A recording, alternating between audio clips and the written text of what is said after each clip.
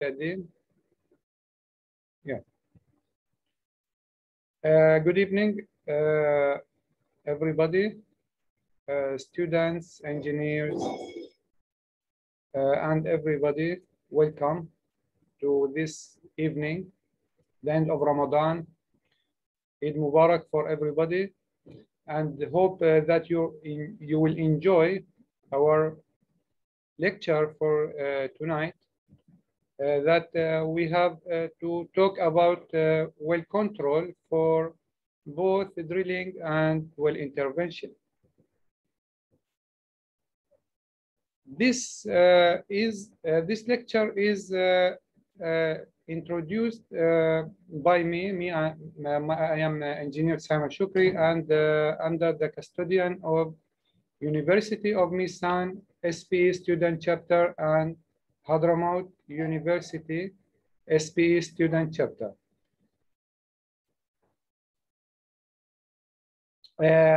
Last week, I introduced myself, and within 1 minute, I will introduce myself again. My name is Sama Shukri. I am petroleum engineer since 1995. I am Turkish. I have more than 25 years of experience in workover, well services, production engineering, well integrity, IWC certificate, IWCF certification, international instructor. I am authorized from UK, Scotland. I worked for several companies such as Syrian Petroleum Company, Syria Shell, Abu Dhabi ADCO, and instructor for both IWCF and oil and gas. Here, I started here, then moved to here, then moved to here, then IWCF. These are my training certificates. The training certificate #1 in the world. Here, if you want to find some useful issues in Facebook, LinkedIn, YouTube, also this is very important for you. Every day I put videos you can utilize. You can see my name here in YouTube and subscribe and like to allow you to receive any new video that I publish. This is my email if you have any question, and WhatsApp. And here what I want.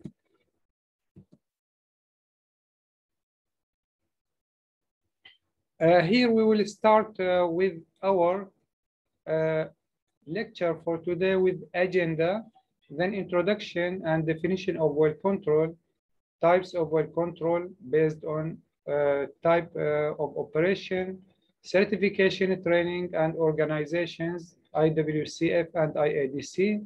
What's the difference between them? The training levels, we have 4 training levels for both IWCF and IADC. Subjects to be studied and then assessed. Certificates validation for each level, level 1, then level 2,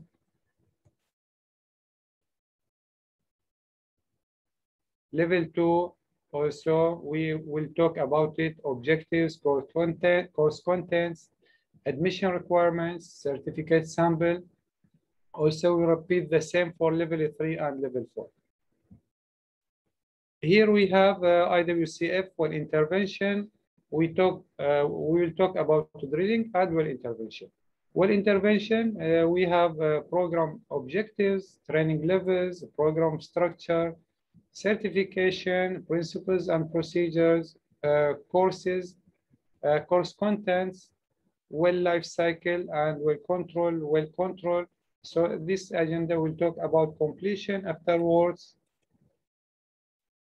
And then we will move to typical permanent completions, barrier principle, hydrostatic barrier, types of barriers, then completion components, we'll take them one by one, then gas lift system, then well kill methods, we have four kill methods, then kill charts, we'll explain about them. Even if we take more time, no problem with you. Now you are ready to receive information. We will talk about hydrates that can plug the tubing and for flow line.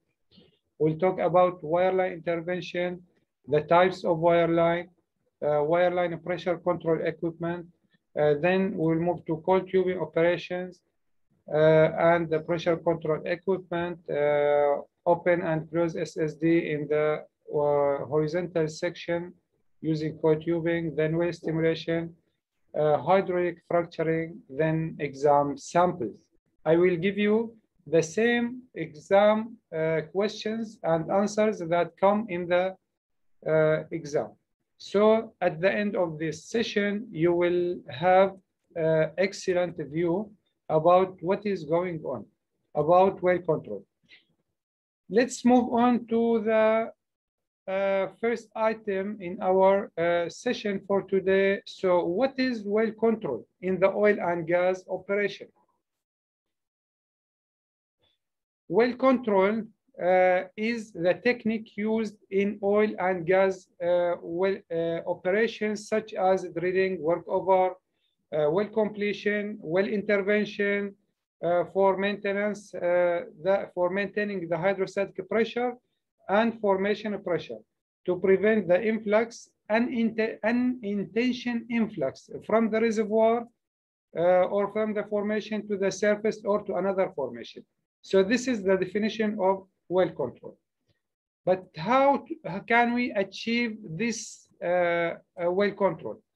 Now, I will tell you something after the incident happened in the Gulf of Mexico, this one, in 2010. And after 11 people were killed, and after escaping 4.9 million barrels of oil in the Gulf of Mexico, that was a big disaster, happened and remained for 87 days.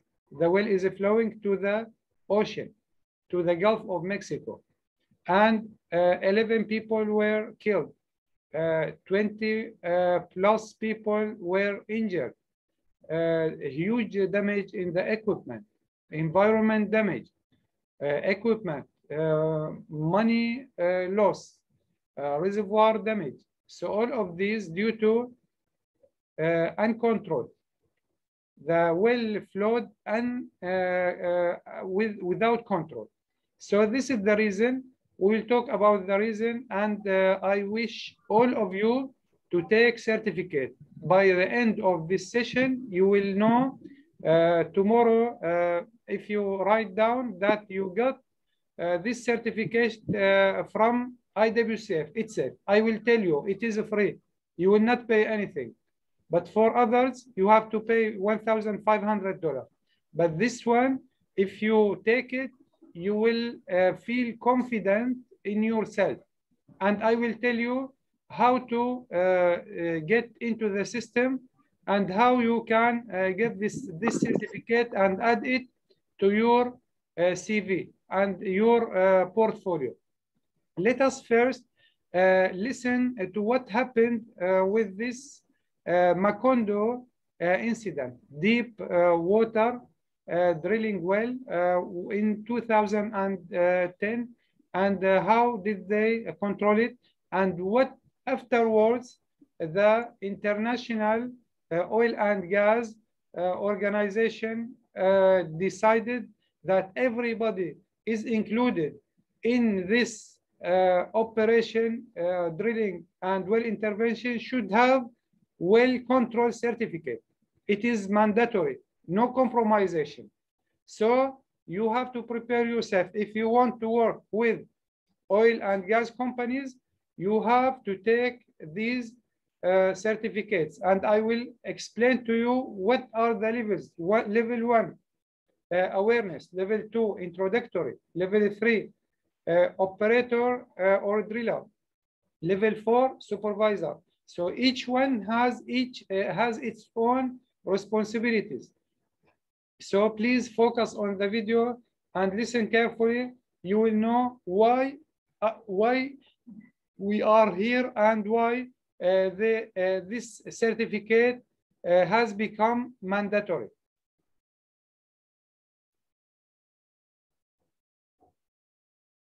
The Macondo tragedy which resulted in the loss of 11 lives, as well as major environmental and economic damage. The International Association of Oil and Gas Producers recognized that all who are involved in any operation during the life cycle of a well in any way should have training to understand well control. The oil and gas industry operates across a global network, encompassing a vast variety of professions and personnel. It is not only those who work on the rig floor who must take responsibility for safe operations. It may be that someone working on the periphery of the industry lends support or understanding after the crew has had a difficult trip.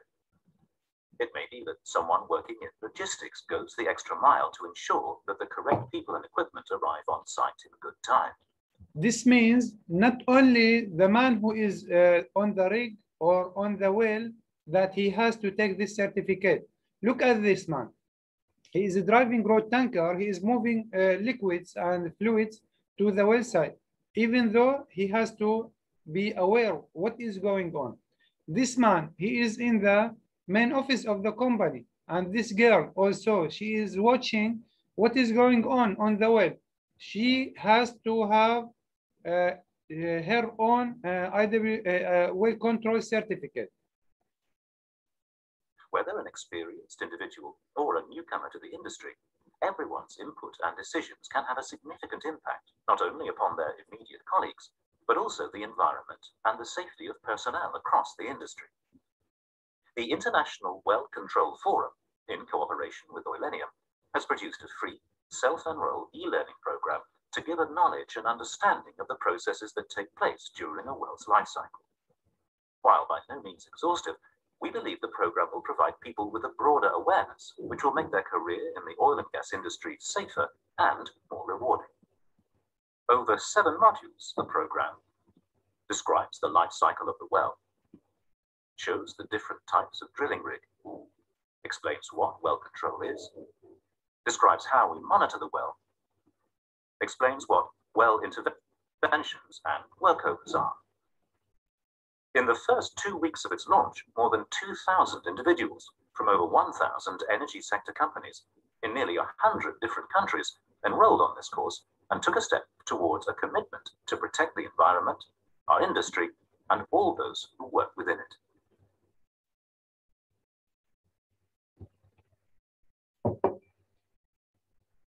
it. Clear? I think it is clear. So everyone, even if he is a new, he is old, he has a good experience, little experience, everybody should have his own certificate. It depends on what is he going, what is his role in the operation. Is he supervisor? Is he operator? Is he driller? Everything, so it is included, so everyone has a syllabus. Imagine if we don't control the well, same as what you have seen in the Macondo incident, which is the most dangerous incident that this huge volume of oil escaped from the reservoir to the environment. This incident, 4.9 million barrels of oil escaped from the reservoir to the Gulf of Mexico. It killed the life there. No fish, no whale, no nothing. Even it arrived to the southern coast of the US. In this case, what happened? All animals were killed. We have a big disaster for the environment, the sea environment, also the coast environment. Also, BP, British Petroleum has paid huge money to the US government.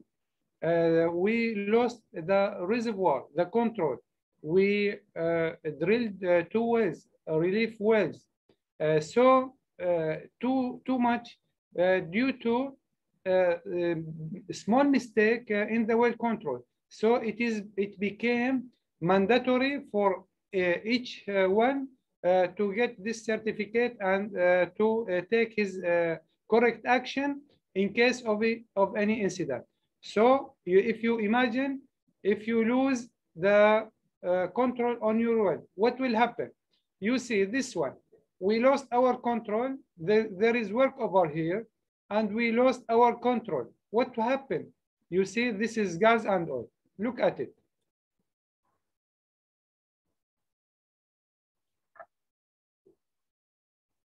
Imagine that there is a spark here, and it is firing. What will happen?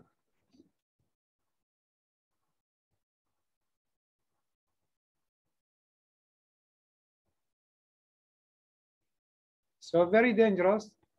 So everybody has to take his own action before we reach to this limit. This limit is very dangerous. Imagine if there is H2S here, what will happen? If you smell a little H2S, you will be killed.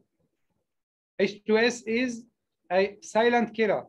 So we have to put our procedures in place and implement it and avoid such incidents. This incident, it doesn't have H2S. If H2S there, something different will happen. If fire is there, something, so the hazard is very high. The hazard is very high. So they decided, the international associated of oil and gas producers, they decided everyone has to have his own well control certificate to prevent such incidents. This is losing of well control during drilling. This is work over drilling. Here also on well intervention, you see here the primary barrier is leaking here, or there is leak from the coil tubing pinhole. So either this or this, but there is what?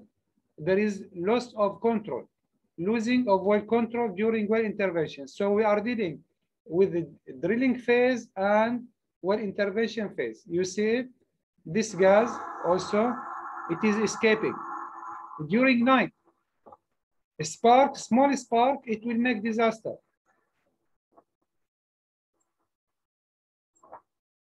Yeah, it's not good.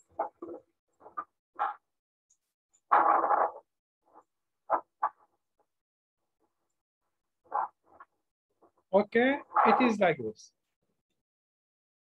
Here, we will talk about these two sections. This is during drilling. This is during well intervention.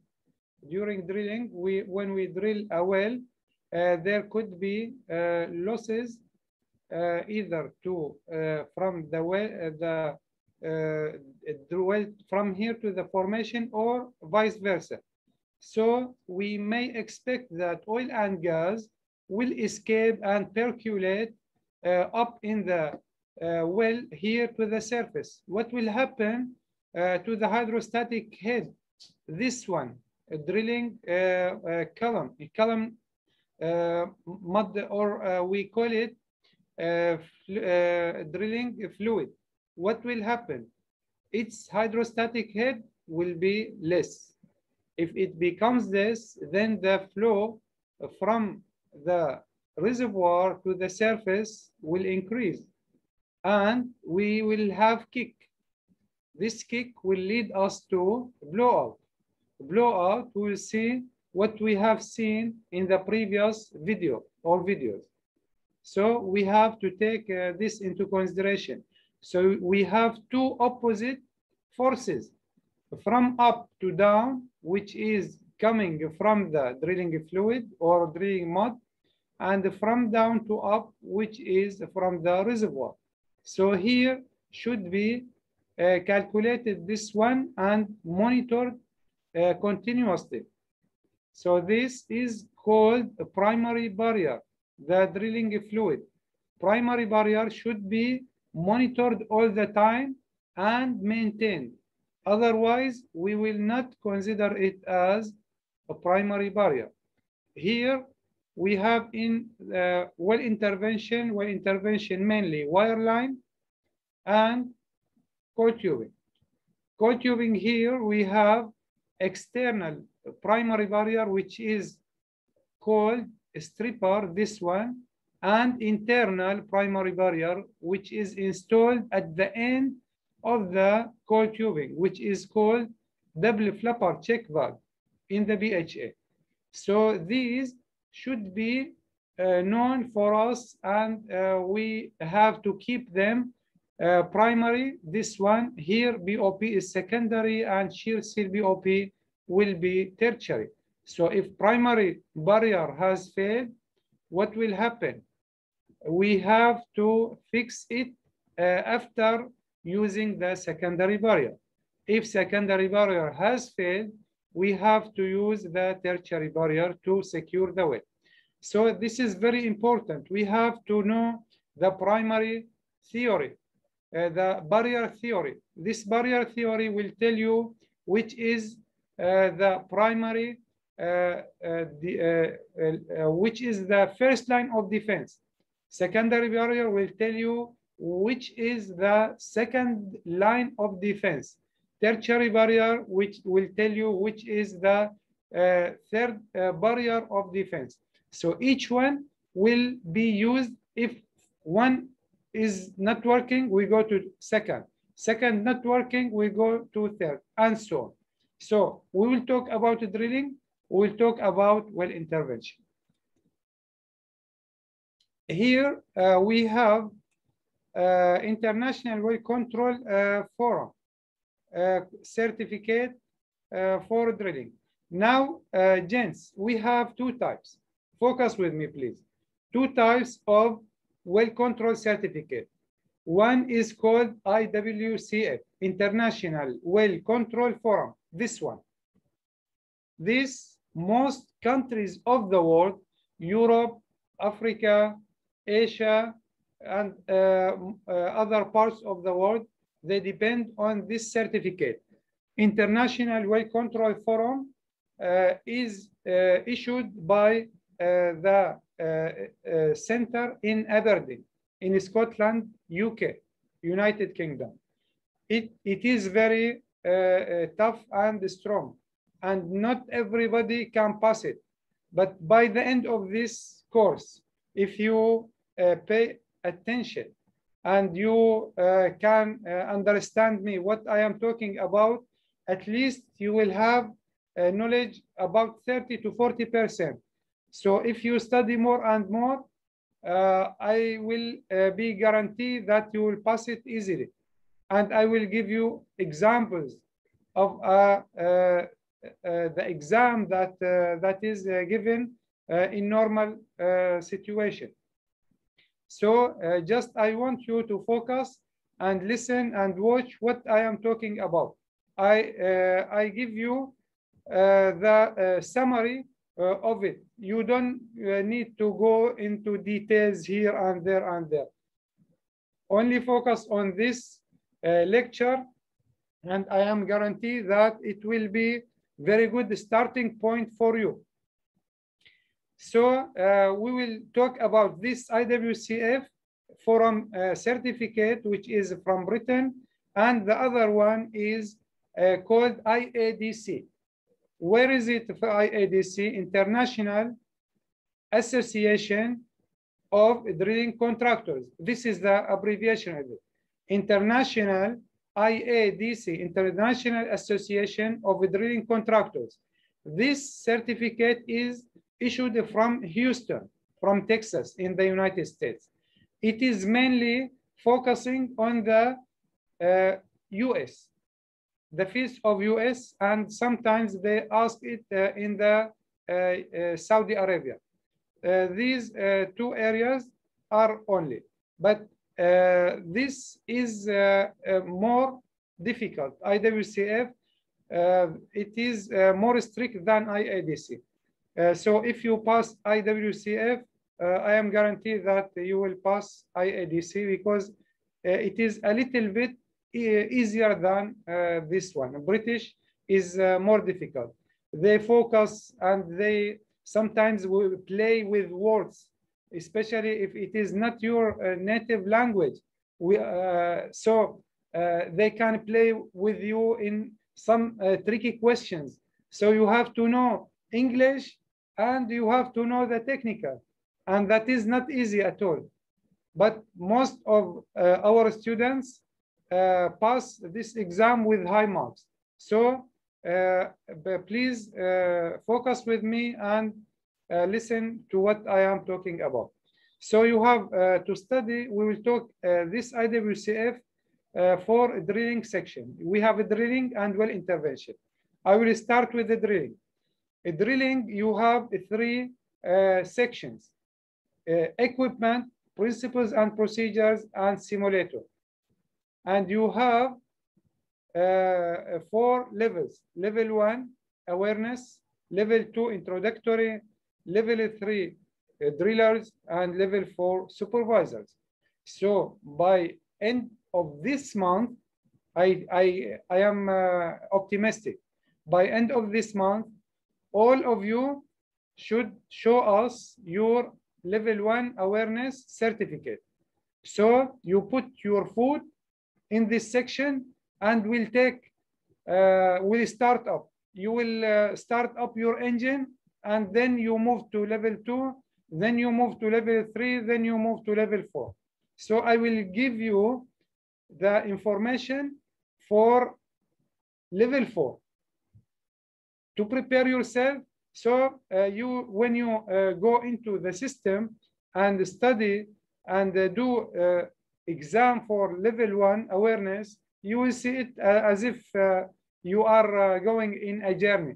So it will be very easy for you. So I need you to pass it and take this certificate. They give you the exam course and certificate for free.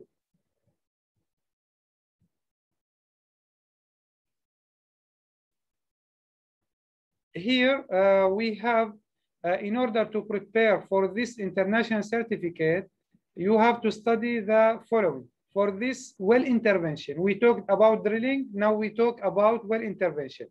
You have to study 5 subjects. We have 2 subjects mandatory, compulsory, which is completion equipment and completion operation. You have to do exam for these 2. Plus, you have optional 3 subjects: wireline operation, coiled tubing operation, snubbing operation. So either you do this 1 plus 2, this is mandatory, plus this one, or you can add, instead of wireline, you can do coiled tubing. So if you are coiled tubing supervisor or operator, you do completion operation, completion equipment, and coiled tubing operation. Enough, you can work. But if you want to work as wireline supervisor or wireline operator, in this case, you have to do this this exam and this exam. Now, if you want to work wireline, coiled tubing, and snubbing, snubbing is similar to, we call it hydraulic workover. So but it is rarely used in our region. Only in Algeria, I know that it is used. Other countries, it is not used. So rarely you can find people. It is easy, but if you don't see it, how can you imagine that this is the snubbing? This is the valve, this is the BO, but I have never seen it. So how can I improve myself? So, but wireline and coiled tubing, everywhere you see them, especially in Iraq, Saudi Arabia, UAE, Kuwait, all other countries. You have to see these, plus completion, normal. The well without completion cannot be producing. Also, we have 4 levels. Awareness, level 1, you have to do it. So you have to choose where shall you go in your career for the future. You have to go in the drilling direction. You can do level 1 awareness for drilling, previous one. This one, you see drilling, you do level 1 awareness. Otherwise, if you want to go to production engineering or well intervention or well services or whatever you call it, different names for the same duty or position. So you can do level 1 awareness for well intervention. But they call it well intervention in both IWCF and IADC. Here, if you go up, you will go to level 2 introductory. Level 3, you go to operators, and level 4, you will go to supervisor. So it is similar for well intervention and drilling. Here for IWCF International, it is based out in Aberdeen, in Scotland. So the IWCF sole focus in well control. They don't have anything except training on the well control. This is their duty. This is their business worldwide. And not everybody can easily take an accreditation and be as a training center. It is very strict. You have to pay money. You have to have your own manuals. You have to have your own place for training. You have, so it is not easy. So it is expensive because everybody should pay. At the end, you will see who needs to get this certificate. He has to pay $1,700 for this certificate, or 1,500 if there is discount. So it is not cheap, and it is valid this for level 3 and 4 for 2 years. So imagine that you work for a company, and after 2 years you have to redo this course plus do the exam, and you have to pay this amount another time, 1,700 or plus minus. So imagine if you don't pass it. Also, if you don't have enough knowledge, you will not pass normal. So you have to train yourself. It is a good chance. You are very lucky now to find somebody to tell you what is this, what we are meaning with these expressions, what we are meaning with IWCF, with IADC, with level 1, level 4, level, and the certificate expiry date. This is IWCF, which is in Aberdeen, is more focused on European, you see European, Asian, and Middle East markets, Middle Eastern markets. So this is almost the whole world except US. While consequently, the IADC, which is the International Association of Drilling Contractors, this one, International Association of Drilling Contractors, is based where? Is based out of Houston, Texas, in the United States. While it has a global reach and is constantly working to expand this reach. They try to expand this reach to outside of the US. So the IADC is primarily focused where? On the United States. But they try to go to Europe, to Saudi Arabia, to Middle East. As a result, for many US-based land drilling contractors, IADC well control is used almost exclusively. So if you want to work in the US exclusively, you have to have IADC, either drilling or well intervention. It is clear for you, I think, now.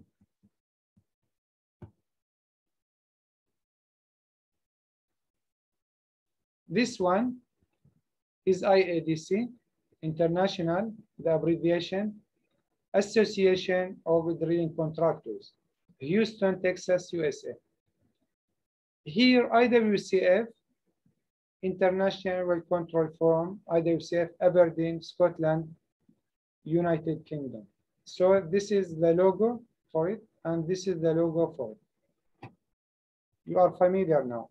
Where is Aberdeen? This is Aberdeen.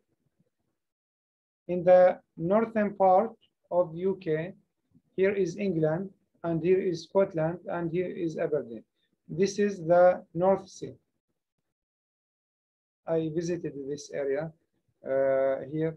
I went to Holland, Shell company, studied there. So I saw this North Sea. It is a huge and terrible sea.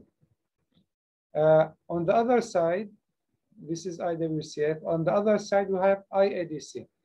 This is Texas here. You see Texas and Houston.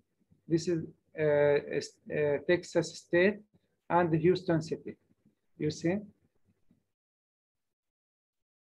Let's move on to the next slide. They use different names for course levels. Both IADC and IWCF have identical levels. So this has 4 levels and this has 4 levels, same. Both organizations in the well control training world recently made fundamental change to their structures based on recent report. I told you there is a report from the International Association of Oil and Gas Producers, this one. After the Macondo incident, they put outcomes, and these outcomes, you have to comply with them. Otherwise, you are not allowed to work anywhere in the world, either drilling or well intervention. So you have to stick to them. Oil and gas, this is Oil and Gas Producers Association. This is a global organization. The means may be slightly different. Both organizations, IADC and IWCF, offer the following levels of training. Same. Level 1, awareness. So if you take it from IWCF, it will be stronger for you. And it is free. You can take it within this week. If you have a tour, you can make a tour or visit it and see what is inside it. Then you can go to next level, level 2. This one, you have to pay money. You don't need it just now because you are maybe in the university. But if you are working in an oil company, then you have to have at least level 3 for a driller or for operator. Then supervisor level, which is level 4. So for me, I train all these levels, and I can give you some support in them during this course or in the future.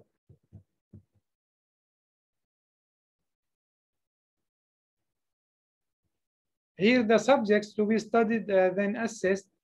For drilling, we talked about it, equipment, principles and procedures, and you have a practical assessment. There is something called simulator equipment. As if you are on the rig side, you have to do this assessment and your result will appear straight away. But for well intervention, you have to study 5 or 4 or 3 subjects. I told you which is mandatory or compulsory completion, equipment plus completion operation. You have to do these 2 exams, no way. Then you can choose number 3 or number 4 or number 5 or this plus this or this plus this, whatever you want, you are paying. You can take the certificate. So you can choose what you want before the course starts. Here, drilling, level 1, it is awareness.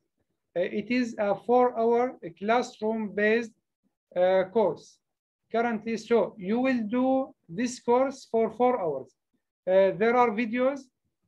You can just watch the videos, and there is a question and answer at the end of each chapter. So the total is 4 hours, and the answers are very easy. So I will tell you how you can get it, but it is 4 hours classroom based course currently included in a 3-day essentials, but now it is done online. A drilling technology and equipment course, but also available as a standalone course for groups of 6 or more. So this is face-to-face, but nowadays it is online. So you can do it by yourself. Level 2 training consists of assessment. If passed, then the certificate will be for 5 years valid. Level 3 and 4, you have to do 3 assessments, and then the certificate will be for 2 years.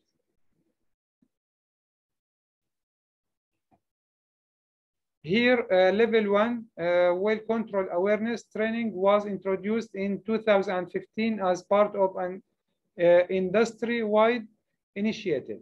So it covers, what does it cover?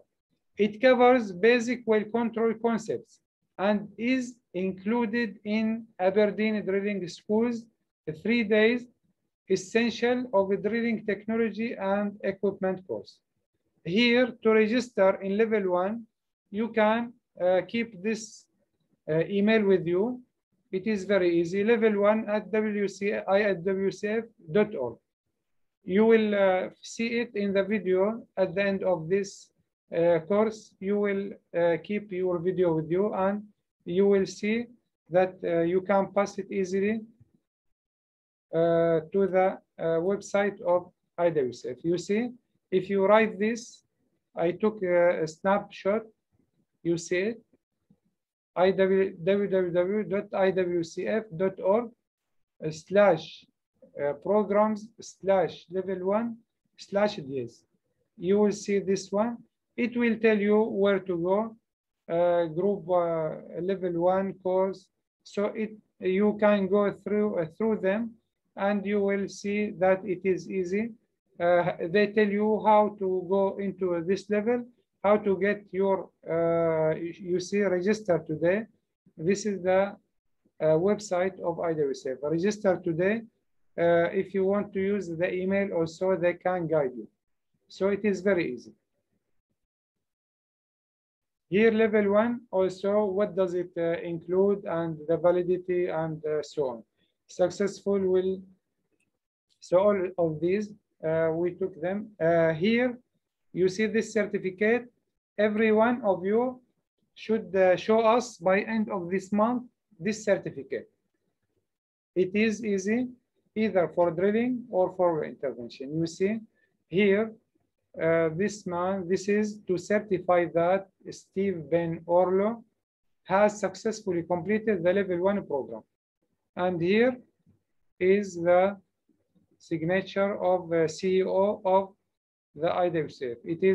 It was issued in end of 2018. And it has a number also. You see this one.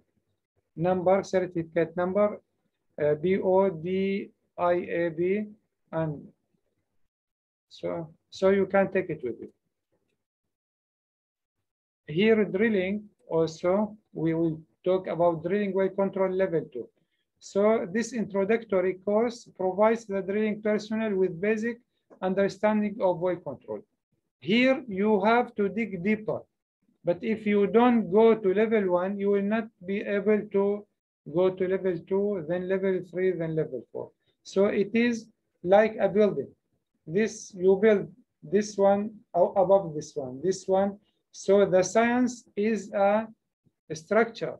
If you want to jump without base, in this case, you will fall down and your neck will be broken.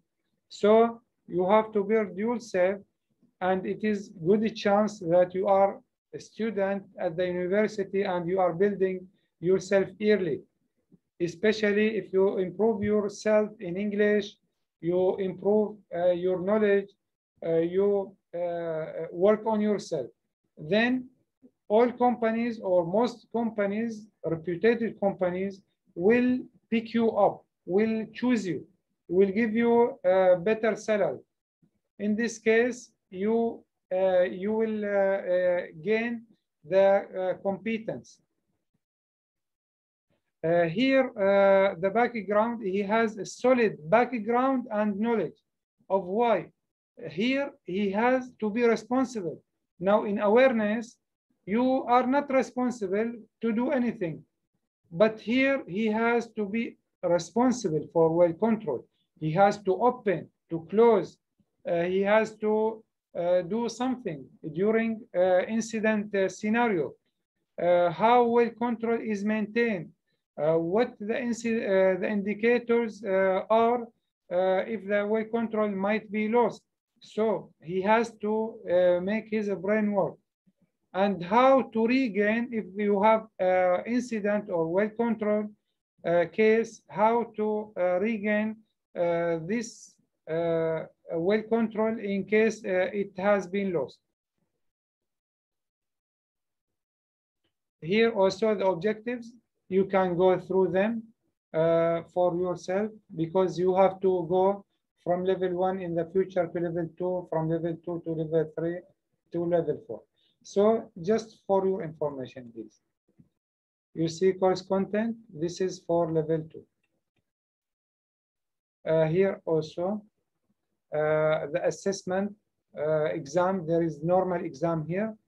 They have to give you certificate for 5 years. The validity is 5 years. So this 5 years, you have to be competent. You have to do surface equipment for 1 hour and 10 minutes. Surface principles and procedures, 1 hour and 5 minutes. Then combine surface and subsea. This is for offshore. Also same time. Here combine surface and subsea principles and procedures, same time. This one, sample of level 2. You see, this is temporary. So after you do the exam, they give you a temporary certificate. It is valid for 3 months. After 3 months, it will be expired. You have to take the normal one, which is for 5 years for level 2. For level 3 and 4, it is valid for 2 years. You see, his birthday, it is written here, 1988. Here, the certificate number also, candidate ID, CR, this one, and the CEO, Chief Executive Officer of the IWC. So it is formal, and it allows you to work in any company, reputable company in the world. Here we have also the level 3. This level 3 objective also, now you dig deeper for level 3. The IWCF, here drilling well control, we call it, level 3 course, has been designed for whom? Who can attend it? Anyone expected to shut in the well, such as drillers and assistant drillers. So everyone has his own function or position or responsibility. So this level 3 is for drillers and assistant drillers. The course aims to reinforce and improve the candidates' existing knowledge and appreciation of the various stages of shutting. So the well should be shut in case of kick, in case of blowout, like this. So the engineer or supervisor by himself, he will do nothing by himself. He needs the driller, he needs the assistant driller, he needs other people to help him. Otherwise, he will lose the focus and will not do his job properly. So everyone on the well side has his own responsibility, and he has to know what is going on and to take a quick action in case of any kick or any blowout. Here also we are talking about it 5 days course. This is level 3, same as level 4. And here we can continue it is valid for 2 years, and you have to do assessment. You see, level 3 training may be partly combined with level 4. So in many cases, they are very similar, level 3 and level 4, but level 4 is more advanced. So with the level 3, they give you 26 questions in well intervention, while in level 4, they give you 28 questions, other 2 questions additional. For also other materials, the same. And the same validity also level 2 and level 3 and 4 for 2 years. You see, for 2 years. Here we have also the time for the exam. You see it, 1 hour and 45 minutes. This is for principles and procedures. While for equipment, it is 1 hour 10 minutes. Here for working in the subsea offshore. Here is the sample of certificate. Also, this is temporary certificate, level 3. Level 4, it is digging deeper. Here you can say that this is used for supervisors.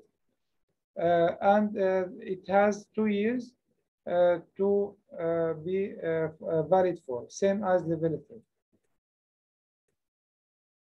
IWCF level 4 certification, 5 days, 2 years. Candidates can select surface only or surface and subsurface. 2. If you want to work onshore only, not in the sea, you choose surface only. If you want to work both, you have to use combine surface and subsea stack, BOP stack. Level 4 has certificate of 2 years assessment exam. Practical assessment also, there is simulator exam. I told you, as if you are sitting in the rig and you have to kill the whale. What do you do? What is the type of calculation that you have to do? So it is either face-to-face or this level, which one? Procedures and principles plus equipment, it is either online or face-to-face. While this one, the simulator, it has to be face-to-face, mandatory, because you have to do this one under the responsibility of your assessor. So if there is no assessor, how can you do it? Level 4 exam, this is the time also for subsea. Here is the exam, example of the certificate, level 4. IWCF well intervention, it is very similar to the drilling, but the syllabus is different. Program objectives, you have it here. It talks about the completion, and this program is for people who are in critical well control positions during well intervention operations. Candidates will complete an accredited training course, tough according to IWCF syllabus. We have syllabus for well intervention, so you have to study it and you can see. If you want, I can send you the syllabus if Mr. Athir remind me at the end. I have it, the syllabus, and you can go through one by one these items to see yourself that you are very familiar with it, to prepare for their assessment. So you have to have your syllabus. I will provide you. Different levels of training are available, same as that, level 1, level 2, level 3, level 4. So it is clear, level 2, 5 years, level 3 and 4, 2 years. Here, program structure, what do we study? What is the syllabus? 3 different levels. Each level has its own syllabus. So if you want, I can provide you and you can study training available, the different roles within the industry. Level 2, you can study drilling and well with personnel basic training. Level 3 also, level 4, and so on. So it is very clear you can study and see. The standard of certification in this program is based on the pressure control knowledge required to work as service equipment operators and supervisor personnel. So you have to work safely. You have to know all the subjects that are included in this syllabus. It is not very difficult, but you have to study to see them. If you have to go and visit any wireline or coil tubing or completion or work over rig, all of them, you can see them and they check one by one. You have to cover all the subjects of the syllabus.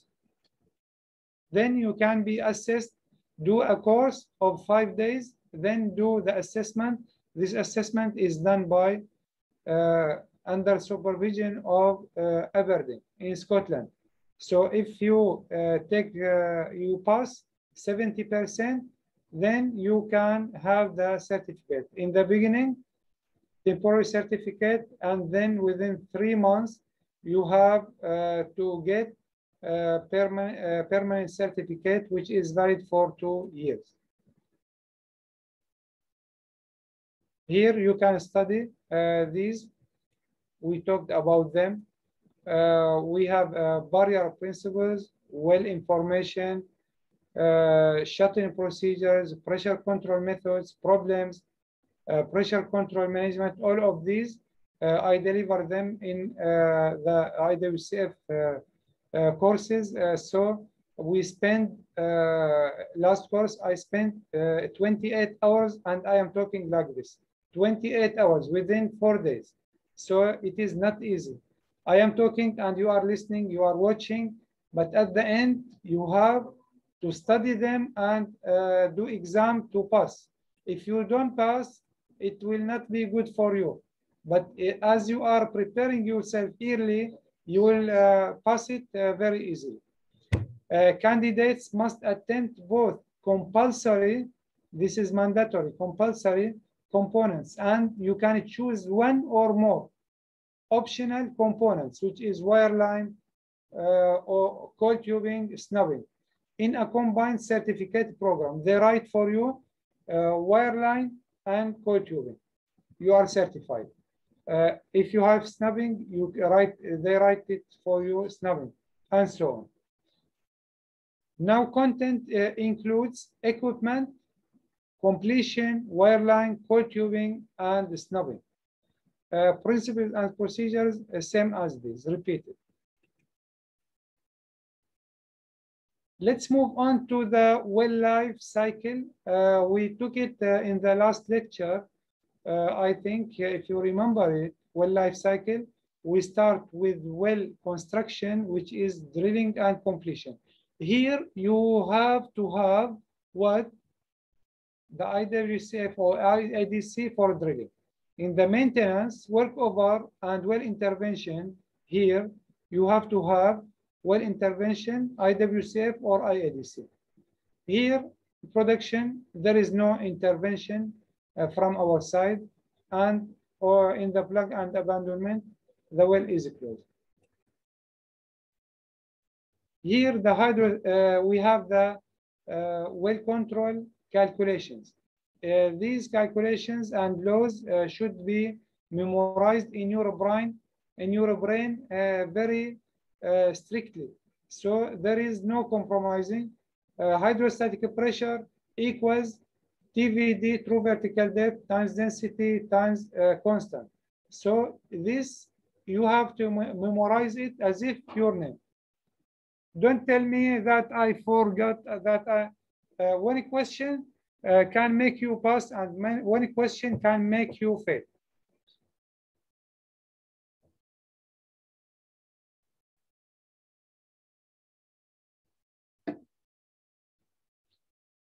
Here, if you take the true vertical depth in food and density in PPG and use this constant, while if you take the true vertical depth in food, density in pound per cubic foot, then you have to divide this by 144.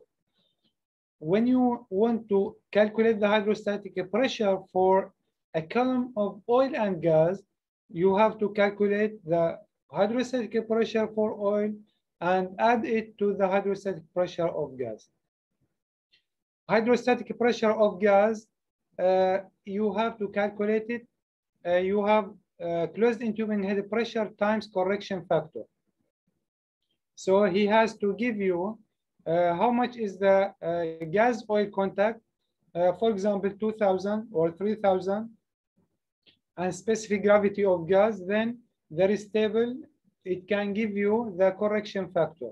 Correction factor, for example, 1.11 times, for example, closed-in tubing head pressure 2000.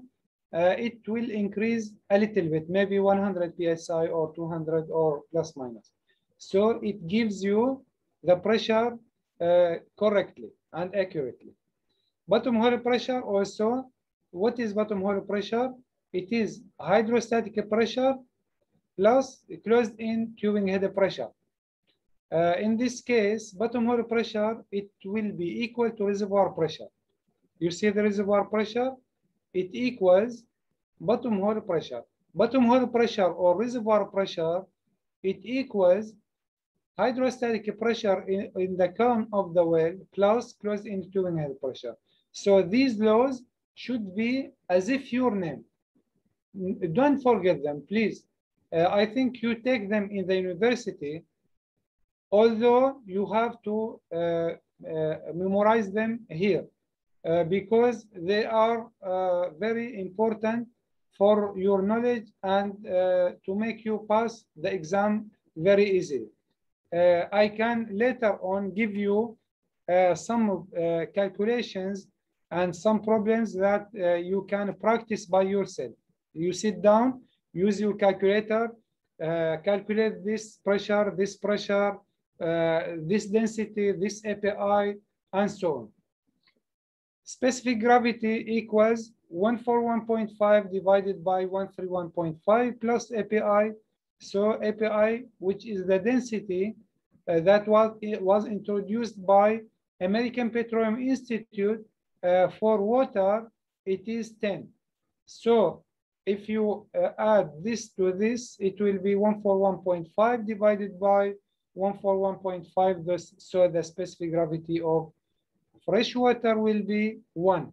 So this info plus this info plus this info, your mind will be full of useful information. The learning is cumulative. So you cannot take everything in one day, but you can build yourself. Specific gravity, it is oil density divided by water density. Pressure gradient, we have either if you have the density of the fluid in ppg times constant 0.052, or if you have the specific gravity of the liquid, then multiply by 0.433. Then we can move to time required to pump in minute. If you want to calculate it in the tubing or in the annulus. If in the tubing, you have to have the tubing capacity, which is in barrel per foot, times measured depth, the length of the tubing in measured depth, not the true vertical depth. You see, I want you to focus on this, please. You see here, hydrostatic pressure, we calculated it based on true vertical depth. You know what's the difference between true vertical depth and measured depth? So when we drill the well, it will be like this. Look at me, please. Like this. It is not vertical like this, vertical 90 degrees. It will be like this. So the deviation may be 10 degree or plus minus. So this depth is vertical. We take it as a true vertical depth for pressure, because the pressure is considering the gravity. The gravity will be vertical, right or wrong? Gravity is acting as vertical force, not like this. This is used, measure depth, we call it, for calculating the volumes. I think it is clear for you.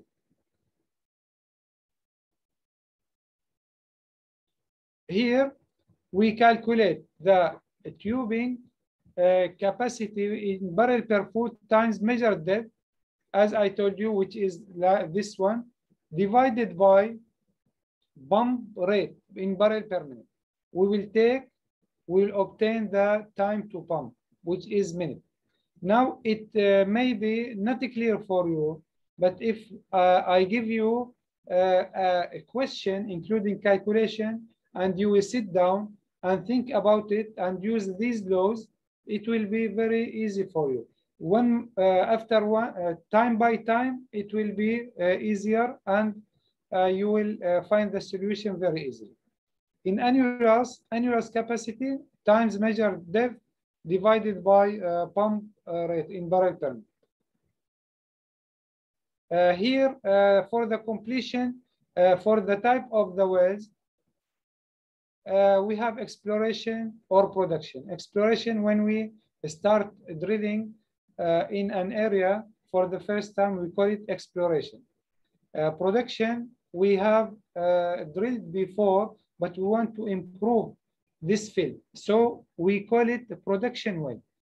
We have also vertical, deviated, and then this horizontal. So 90 degrees, it is horizontal. We have all well types as per the production phase. What do we have? We have oil producer, gas producer, water injector, gas injector. We have WAG. Sometimes we inject water, then stop and inject gas. Then inject water, then inject gas. We call it WAG, water alternative gas injector. Then we have water supply well. We have water disposal well. So these wells, I think you have to memorize them also because you have to use them in your future. Here the completion, we come to the completion. After completing of a well drilling, the well should be completed to enable it to produce. So you don't have to compose your casing in the well to the well production fluids, corrosive fluids, pressure, temperature, CO2, H2S, etc., etc. So you have to protect it because it will stay in the well for the well life. While if you have damaged completion, we are talking about completion. If you have damaged completion, then you can move work over to the well, kill the well, pull the completion, and run a new completion and finish. This is the whole problem. But if your casing in the well has damage, then what shall you do? You have to shut in the well or start fixing this problem, cut the casing, cement it, perforate it, then squeeze cement, and so on. And it is a costly operation. And there is deferment in the production. There is deferment also in the injection if it is water injector. So you have to keep your casing in a safe condition. Completion design criteria, you have to have a profitability. If you expect to produce from the well 10,000 barrels per day of oil, then you have to run the suitable size of completion. So if you run 3.5 inch, it will have the maximum production rate, say 5,000 barrels per day oil. But in this case, you don't have the profitability. You have to increase it to 4.5 or 5 inch tubing. In this case, you achieve your target. I know in Kirkuk, in Iraq, some wells are producing each well 20,000 barrel oil per day. So it is producing from 7-inch casing without tubing, or 9 and 5/8 inch casing full, and it is shallow, about 1,000 meters from the surface. So this is different from well to well, from field to field, and we have to understand this. This is called here the completion design course. We have how can we design the completion? What are the criteria that control this choosing and designing of the completion? Here it should be flexible also for handling the current and the future problems. So if we expect that after 5 years, we have to operate gas lift system. In this case, we can run side pocket mandrel and keep it shut in. We keep a dummy valve in the side pocket mandrel and keep it in place without using, because after a year or 10 years or 5 years, instead of retrieving the completion and running new completion, it is ready. Just pull the dummy valve and run gas lift valve. That's it. Simplicity to allow the most efficient installations and maintenance activities. So if you need F-nipple, you run F-nipple 1 or 2 or 3 or 4. If you want R-nipple, you run. If you want SSD, if you want subsurface safety, all of these should be there in the completion. Here also we can find the completion objectives. Why do we run completion objectives? I told you we have to protect the casing, that it should stay for the whole life of the well, to provide optimum flow condition. We want to produce from the reservoir to the surface, but you have to have a conduit. This conduit is called completion. Downhole emergency isolation. If you have any problem downhole, you have to isolate it. You can set wireline plug and isolate it. It permits downhole chemical injection. You can run also control line to a certain depth and pump chemical injection, so you can protect your completion and your well. Permit downhole measurements. If you want to do pressure and temperature survey, then you can run downhole gauge. Isolate producing zones. Sometimes you have 3 zones. How can you produce from one and close the other one or other 2? This case, we have selective completion. We run 2 packers or 3 packers or 1 packer. So we can control our production as per our strategy and how we plan to produce from this well. Allow selective production. We mentioned it. If you have 1 zone or 2 zones or 3 zones or 4 or like this, you have to have a plan how to produce from it. You see it here. This is a type. It is open hole here, well completion. Here we have cased hole and perforated. Here we have dual. You see cased perforated completion, open hole completion, and here multiple zone completion. You see this zone and this zone. The upper zone is produced from the short string. Long string is producing the lower zone. And this is dual packer. Here we have a sliding side door. If we open this one, then we can produce from this SSD to surface. If we want to isolate this zone, we set a plug here. You see it? If we want to produce from the short string, we produce from this upper zone. So it is like an art. It is very interesting. The completion design is very interesting, and you can have too many funny things and useful, and it is a science. Now we have completion types for natural flowing injection wells. We have single completion, we'll see them now. You have single selective completion, dual completion, and dual selective completion. These are the types.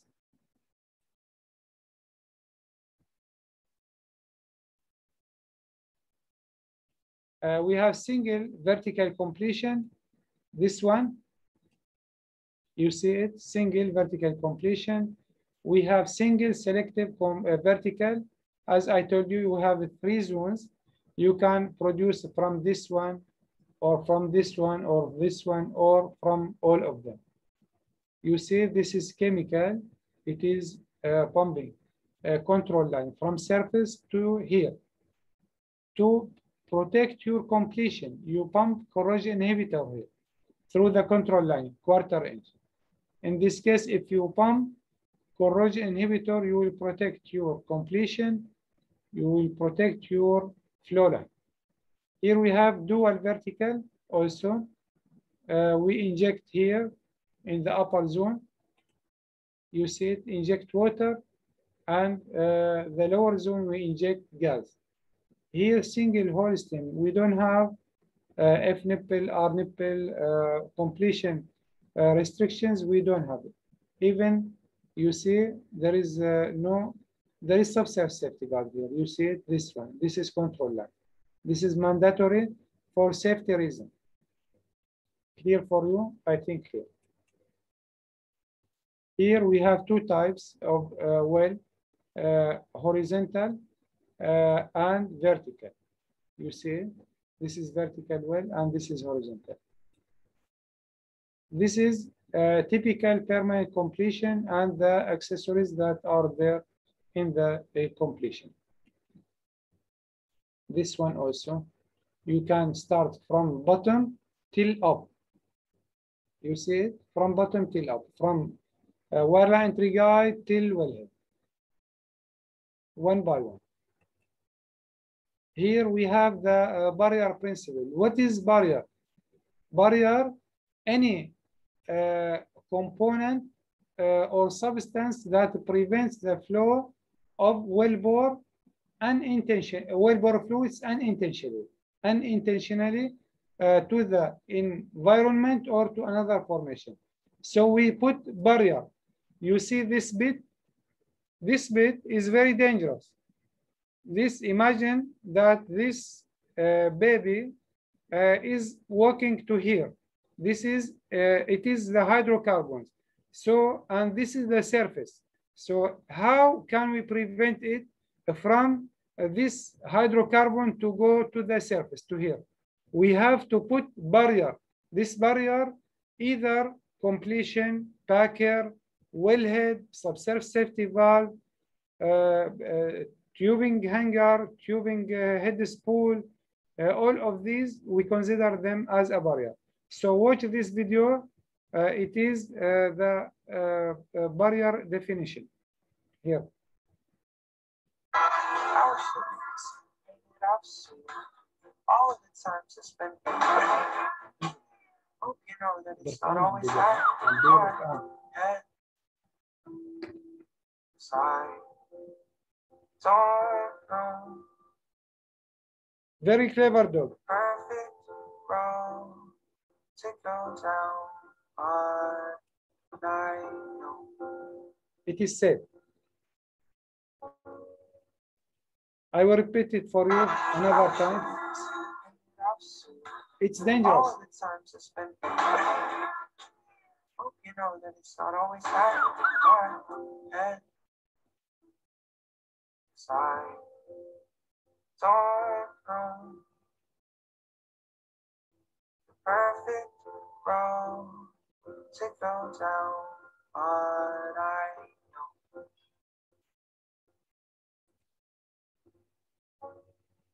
Very clever dog.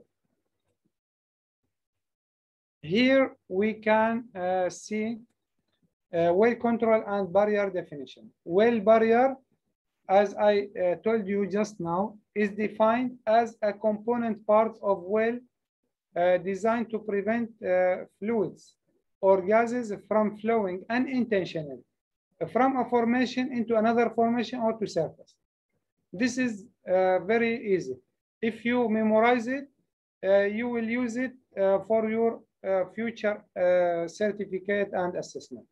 Barrier theory, definition of a barrier, any device, fluid or substance that can hold well-bore pressure, either tubing or tubing hanger or packer or whatever. The aim and importance of using barrier to contain well barrier and work safely on the well. If you don't have barrier, you will not be able to work safely on the well. So you have to take this barrier.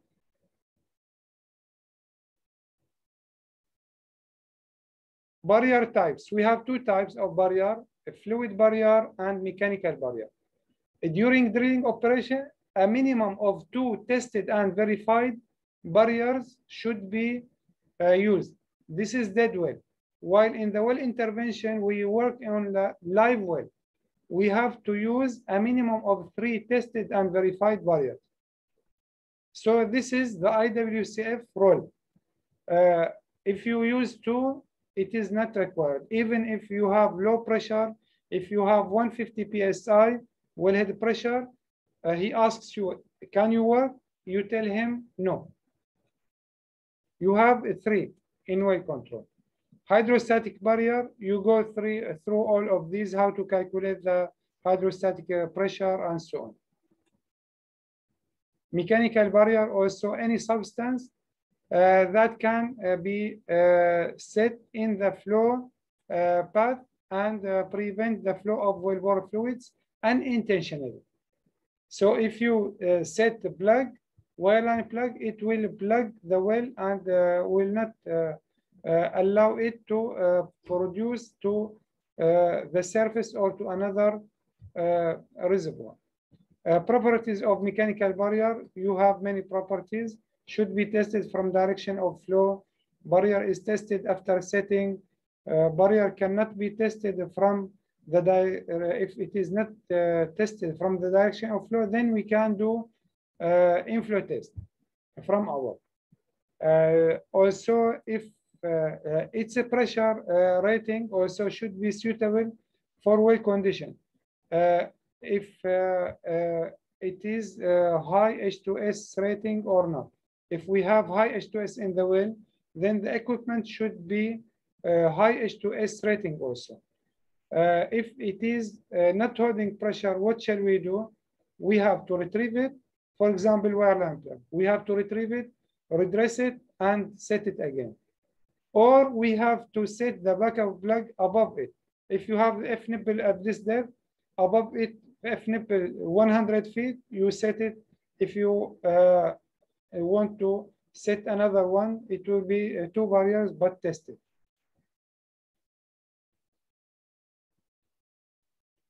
Classification of barriers, we have a primary barrier and secondary barrier. A primary barrier is the first line of defense and can hold well pressure. It should be leak tight. There is no leak, 0 leak. Secondary barrier, the second line of defense, in case of a primary barrier fails, it can be used.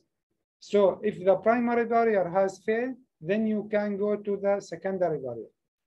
then you can fix the primary barrier and return it to the normal. In well intervention, the primary barrier in wireline operation, what is it? You have stuffing box or chemical injection head for wireline. The secondary barrier is the BOP. Tertiary barrier will be the upper master valve. While in the drilling or workover, the primary barrier is the drilling fluid. Secondary barrier is the BOP. You have to understand this and memorize it, please. So we use this one, quad BOP for coil tubing. This is for wireline, dual BOP. Stuffing box for these are examples of barrier. Stuffing box for wireline, chemical injection head. This one for wireline, either electric line or braided line. And here we have a stripper. This is for coil tubing. Also quad BOP. This one hydraulic quad. Here we have lubricator. You see it, and here stripper. A primary barrier. Here we have lubricator, and quad BOP is the secondary barrier. While this and this is what? Primary barrier. This is secondary barrier. This is secondary. This is secondary barrier. Tertiary barrier will be the shear seal BOP. Here we call it well barrier envelope. What is well barrier envelope? More than combination of more than one barrier. You see it here. We have during drilling, we have drilling fluid. We have the casing. Here we have casing of previous stage. You see here. This is during production. You have subsurface safety valve, packer, and completion. The blue one. Here during intervention, what will be during intervention? Here also, this is the secondary barrier envelope, the red one. Here, plug and abandonment. So each stage of well life cycle, it has its own barrier envelope. Here is the tubing hanger. We set it at the top. It can hold the completion tubing and isolate between tubing and annulus. Here we set the back pressure valve. Here is two-way check valve to isolate the above the tubing hanger from below, or to test the Christmas tree. Here subsurface safety valve. We have two types, tubing retrievable and wireline retrievable. It can close in case of an emergency. You see wireline retrievable, it can be retrieved and set by wireline and tubing retrievable. And we can run control line from surface to it. It is located almost between 150 feet to 400 feet.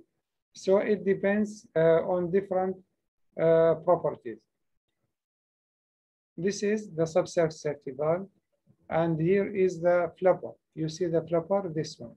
If it is closed, then the well will be closed. If it is open, you see flapper is open here. You see this one, flapper is open. Then the safety valve is open. Flapper, this one is closed. Then the safety valve is closed. This is closed. You see it? We call it downhole safety valve, self-control subsurface safety valve, self-safety valve, tubing retrieval. So different names for the same item. But the most known name for it, we call it surface control subsurface safety valve. This one, surface control subsurface safety valve. Here we can come to the production string. It is a tubing. It has different sizes, either 3.5 inch or 4.5, 2.78, 2.38, maybe 5 inch. We can consider above it will be casing. Below it, it is the tubing, production tubing.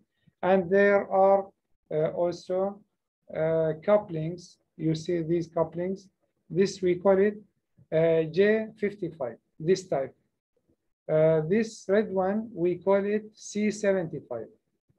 So you can connect this piece of tubing from above and below using the coupling. We call it coupling. If the pressure inside the tubing is increasing, it will explode. You see, burst. This is burst. Because the pressure from inside to the outside is higher than required. While if the pressure from outside to the inside is higher, it will collapse. Here, production packer. What is a production packer? It isolates the tubing from the casing, and will make the production packer in safe situation. In this case, we put inhibited water in the annuals and we can make this annuals safe during the whole well life cycle. Based on their primary use packers, we have either two types: permanent packer or retrievable packer. Permanent packer is used for high pressure wells and used for long-term running. So if you want to keep the packer in the well and completion for 20 years or 30 years, you have to run permanent packer. But when you want to retrieve it, you have to use milling for it. So it will be retrieved by milling. While for the retrievable packer, it can be pulled by the completion. Here we have different parts for the packer. You have slips here. We have packing element. And here there is mandrel. You see this is packer. This is dual packer. This is short string, this is long string. Here we have this DST, we call it. DST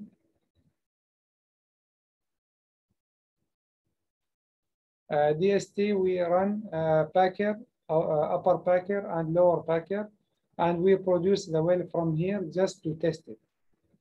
You see it?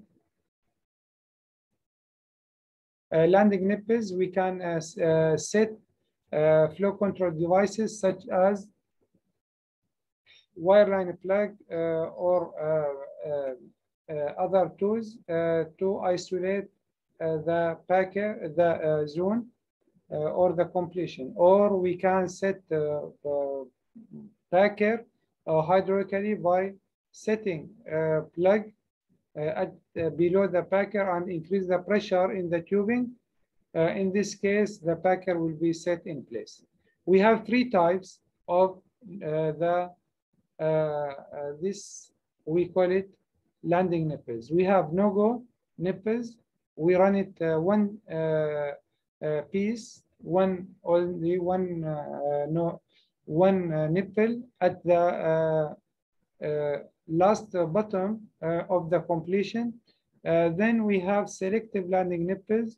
For example, 2.75 inch F nipple, then 2.75 inch F nipple, 2.75 F. So three nipples have the same size, and we run them in different depths in the completion. We have also the third type. We have a ported or safety valve landing nipple. In case of tubing retrieval, subsurface safety valve has failed, and we don't want to replace it because you don't have workover for the time being. What shall you do? You have to lock open this tubing retrievable safety valve using lock open and the lock open tool. After that, it will stay open. Then you can run the wireline retrievable subsurface safety valve inside the tubing retrievable subsurface safety valve, and you set it in the this one, ported or safety valve landing nipple.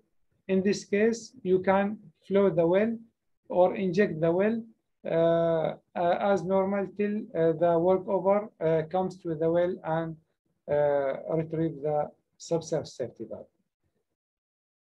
Here, no-go landing nipple. It has no-go at the bottom.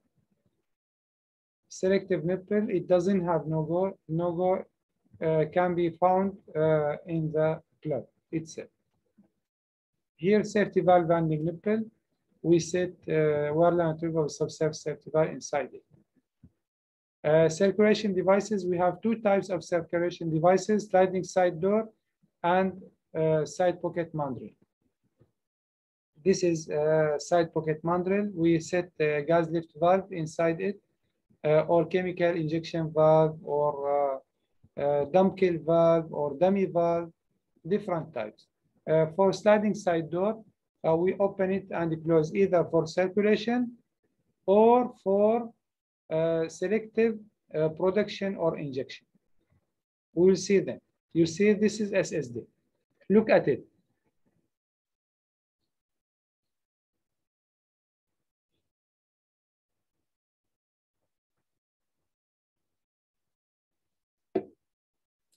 This has holes in the fixed part. You see it? In the inner part, we have a sleeve. This sleeve has holes. This is closed. Why? Because the holes in the movable part of the SSD are not opposite to the holes in the fixed part. You see them? Different. So there will be no circulation through this part. While here it is open. Why? Because the holes of the sleeve are opposite to the holes in the fixed part of the SSD. So there will be circulation. Here is the SSD, this one. We have another one, it is called side pocket mandrel. This side pocket mandrel, we run it with the completion and make circulation or make injection, gas injection. If you inject gas from annulus to the tubing, it will push fluids, oil and gas, maybe water also, from the tubing till surface here. So we can run 1 or 2 or 3 or 4 side pocket mandrel and run gas lift valves. So this is called gas lift system. And we run and pull these valves using kickover tool. This is called kickover tool. And this valve is inside the side pocket mandrel. We have flow couplings and a blast joint also. You can be asked also in the exam for them. Flow coupling, it is used to reduce the erosion and is used upstream or downstream of the completion components such as F nipple, R nipple, SSD, subsurface safety valve, and it has bigger wall thickness than tubing. It has less ID of the tubing. While from the outside, it has same as tubing OD. For blast joint, it is used to reduce the erosion due to sand, due to fluids from the reservoir to the completion. So it's OD will be, you see it, this one. Its OD, this one, is bigger than the tubing OD. While the ID, it is same. Here the flow coupling, the opposite. We have the OD is same as OD of the tubing, while the ID is more. You see, this is flow coupling. Landing nipple here, above it and below it. This erosion is resulting from the turbulent flow. We have two types of flow, turbulent and laminar. Laminar, there is no problem, like this. While turbulent, it will be like this. So this will cause erosion to the completion components. We can reduce this erosion by installing flow coupling upstream, and this is upstream and this is downstream of the completion components, such as flow landing nipple. You see, this is the flow coupling. Polished bore receptacle, we have this one, polished bore receptacle. We run the packer here, this is the packer, and above it we run the tubing or completion. Tubing and completion, by time, it is heated up or contracting due to the temperature of the fluid in the well. In this case, what will happen? The tubing will contract and subtract. So contract, the volume will be less, and expand. This expand will make the length of the completion more. So how can we control that? Using this polished bore receptacle or expansion joint. This one. It is moving, and here we have seals. You see the seals here. Wireline entry guide. When we run the completion tool string, wireline tool string, or coil tubing outside of the completion, then we have to run it again to the completion if we don't have a suitable tool here, such as wireline entry guide. Then the wireline will cut, or the coil tubing will get stuck. So we have two types, bell guide, and here we call it the mule shoe. So everyone has its own function.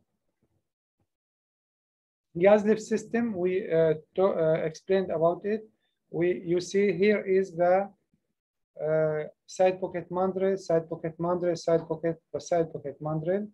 We set inside it the gas lift valve, gas lift valve, gas lift valve, and here inject gas from the annulus and push the fluids to surface. When there is no fluid is pushed here, this valve will close and the gas will go to the second gas lift valve, side pocket mandrel, and lift it. If there is no fluid, then it will close and go, and so on. This is the principle of gas lift system. If you understand like this, it will be fantastic. You see gas injection to here, and it will shift it up, push it up. Yeah, and here is the pressure. There is drawdown from reservoir to the bottom hole. This is called inflow. So if anybody asks you what is the inflow, you tell him it is the flow of reservoir fluids from reservoir to the wellbore. What is about outflow? Outflow is the flow of wellbore fluids from the bottom hole to the surface. So this is the principle. Here we have dummy valve. If we want to keep the side pocket mandrel closed, we run dummy valve. If we want to produce using the gas, you run gas lift valve. And here is the side pocket mandrel. We set it here. we have seals. You see the seals up and down, and between them we inject gas and we produce what is in the tubing. Well kill methods. We will come to the end of our lecture.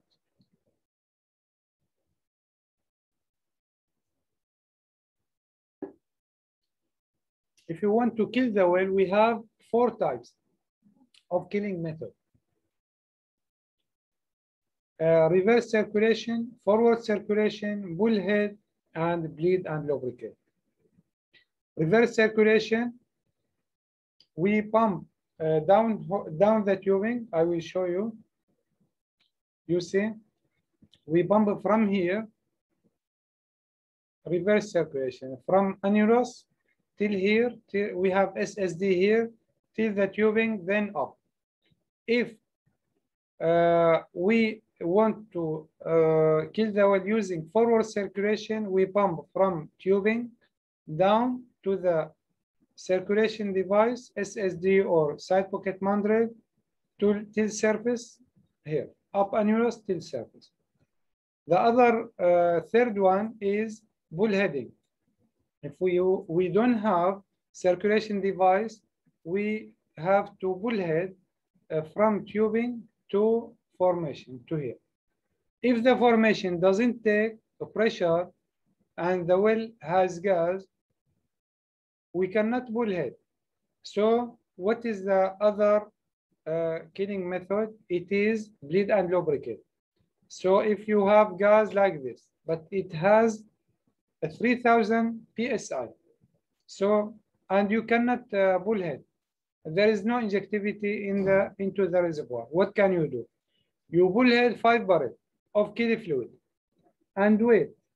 After waiting, what will happen? This brine or kill fluid will go down.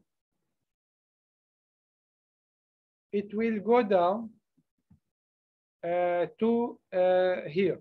What will go up? The gas. Then we bleed off the gas. If we bleed off the gas, then what will happen? We will repeat the same. We bullhead 5 barrels of kill fluid or brine. Then we bleed off the gas, and so on, till we reduce the pressure in the tubing. I will show you the graph. We call this one is kilogram. Here the initial pressure when we started killing the well, you see it, 2367, and here when we this is reverse circulation. When we pump the kill fluid from the annulus, and here it became 0, the tubing head pressure, after pumping 284 barrels of kill fluid. Then here we see that annulus pressure is increasing, then it will drop. So the tubing and casing volume, the annulus and tubing volume will be the total well volume, which is 1,200 bar. You see it? Here we have gas in the beginning. All of gas got out. You see? Then this oil is getting out also. Then you see kill fluid in the blue color. It will be pushing the completion fluid here. The brown color is called completion fluid. So we push it here with kill fluid. After that, kill fluid is going down, and oil and gas got out. You see it? Where is oil and gas? This is gas and this is oil. Here we got them out both. Here we continue pumping kill fluid in circulation device.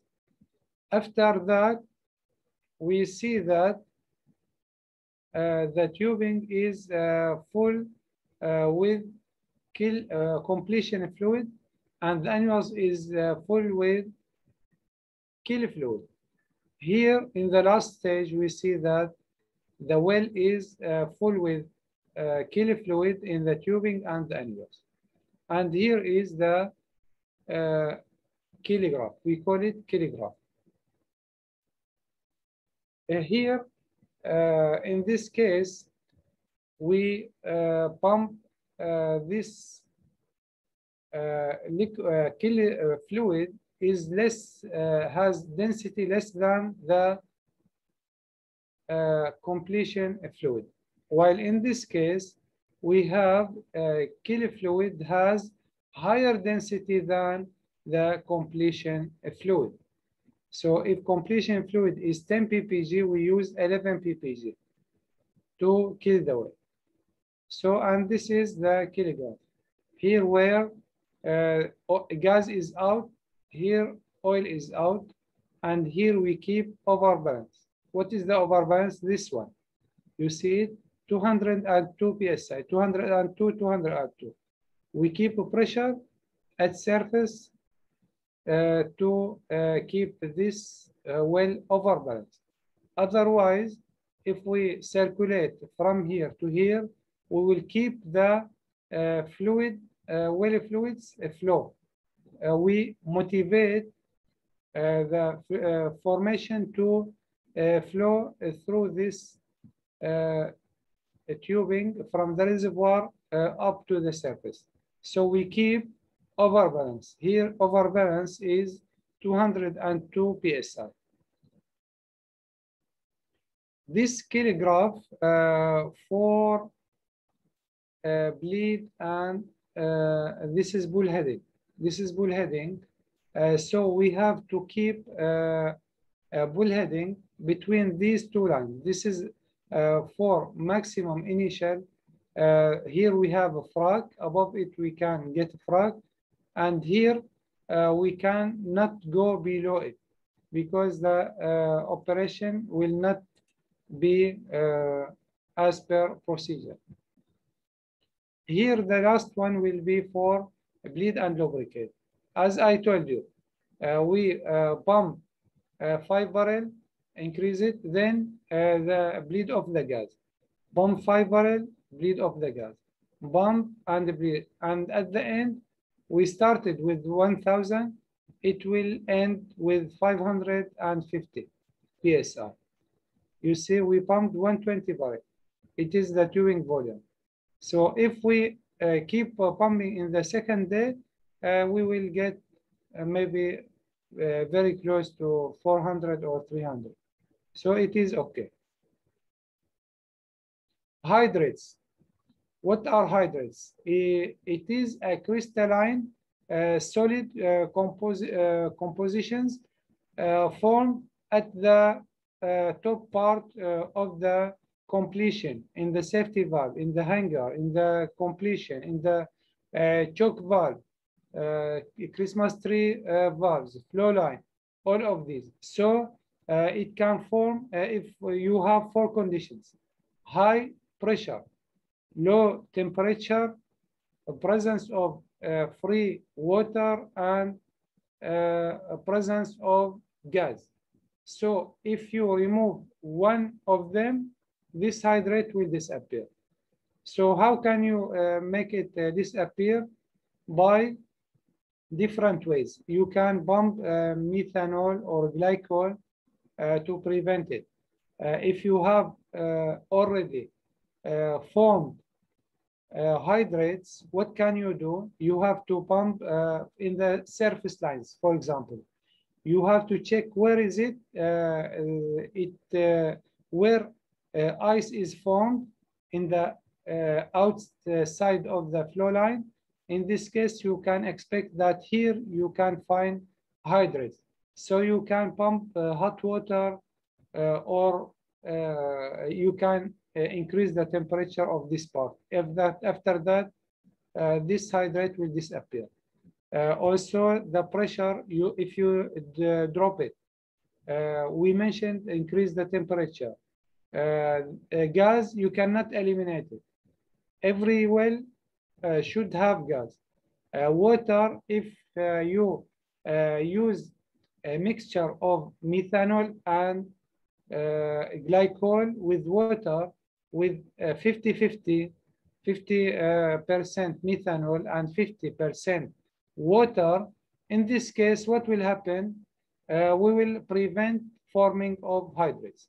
So each time, 4 or 5 questions from hydrates come in the exam. So if you understand the principle, you will pass 5 questions. 5 questions means about 10% of the exam. And almost same questions and answers are repeated. I will give you some of them. So this hydrate curve, above it, hydrate region, below it, non-hydrate region. You see the relationship between temperature and pressure. So above it, we have hydrate region. Below it, no hydrate region. So we try to keep ourselves here. We talked about it, hydrates. We can read them quickly. The 4 things required for formation to form are gas, free water, high pressure, and low temperature.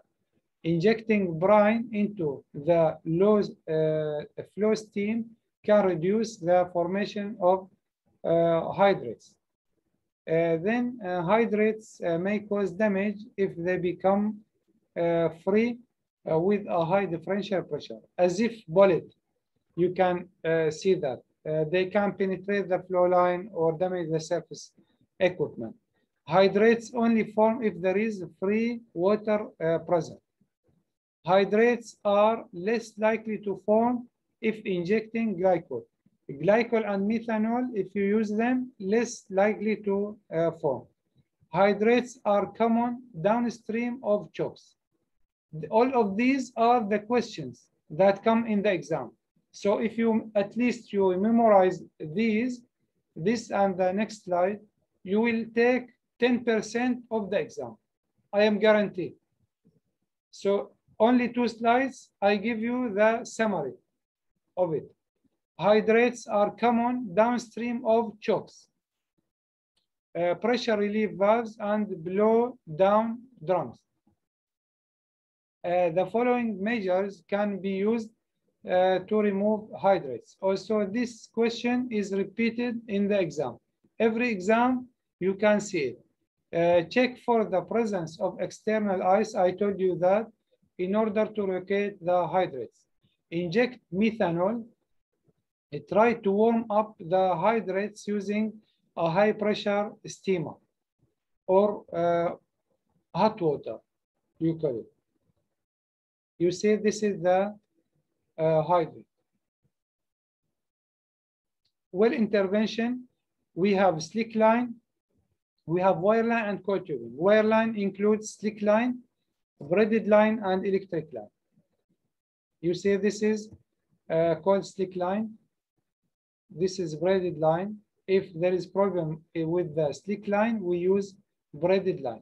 Braided line also is used in swabbing. If you want to produce the well by swabbing, you can use it. And electric line for logging, for perforating, for water shutoff. So you have a multi-conductor in the center. You can send electrical signal, while here you cannot.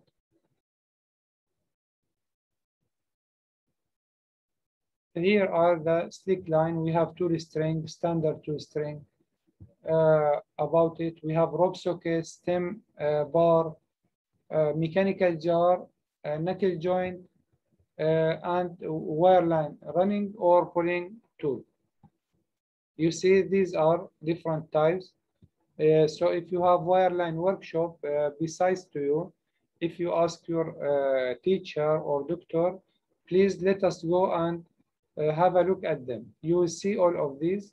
Look at them. You can fix the video and take a photo for them and memorize them.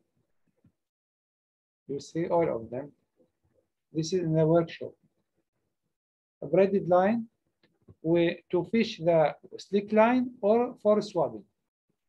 The size used is normally 3/16 inch.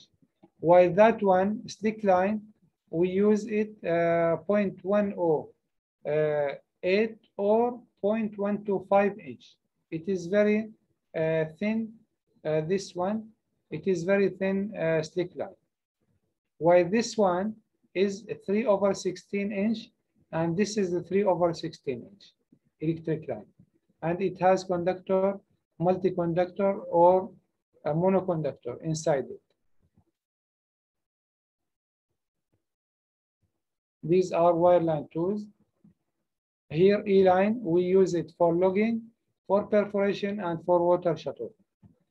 You see, this is the pressure control equipment. This is for slick line, and this is for electric line. We have stuffing box. Here, we have tool catcher, chemical injection sub, lubricator, bleed off valve, and so on. Here, VOP. Here we have chemical injection head. You see it? Chemical injection head, electric line. Coil tubing.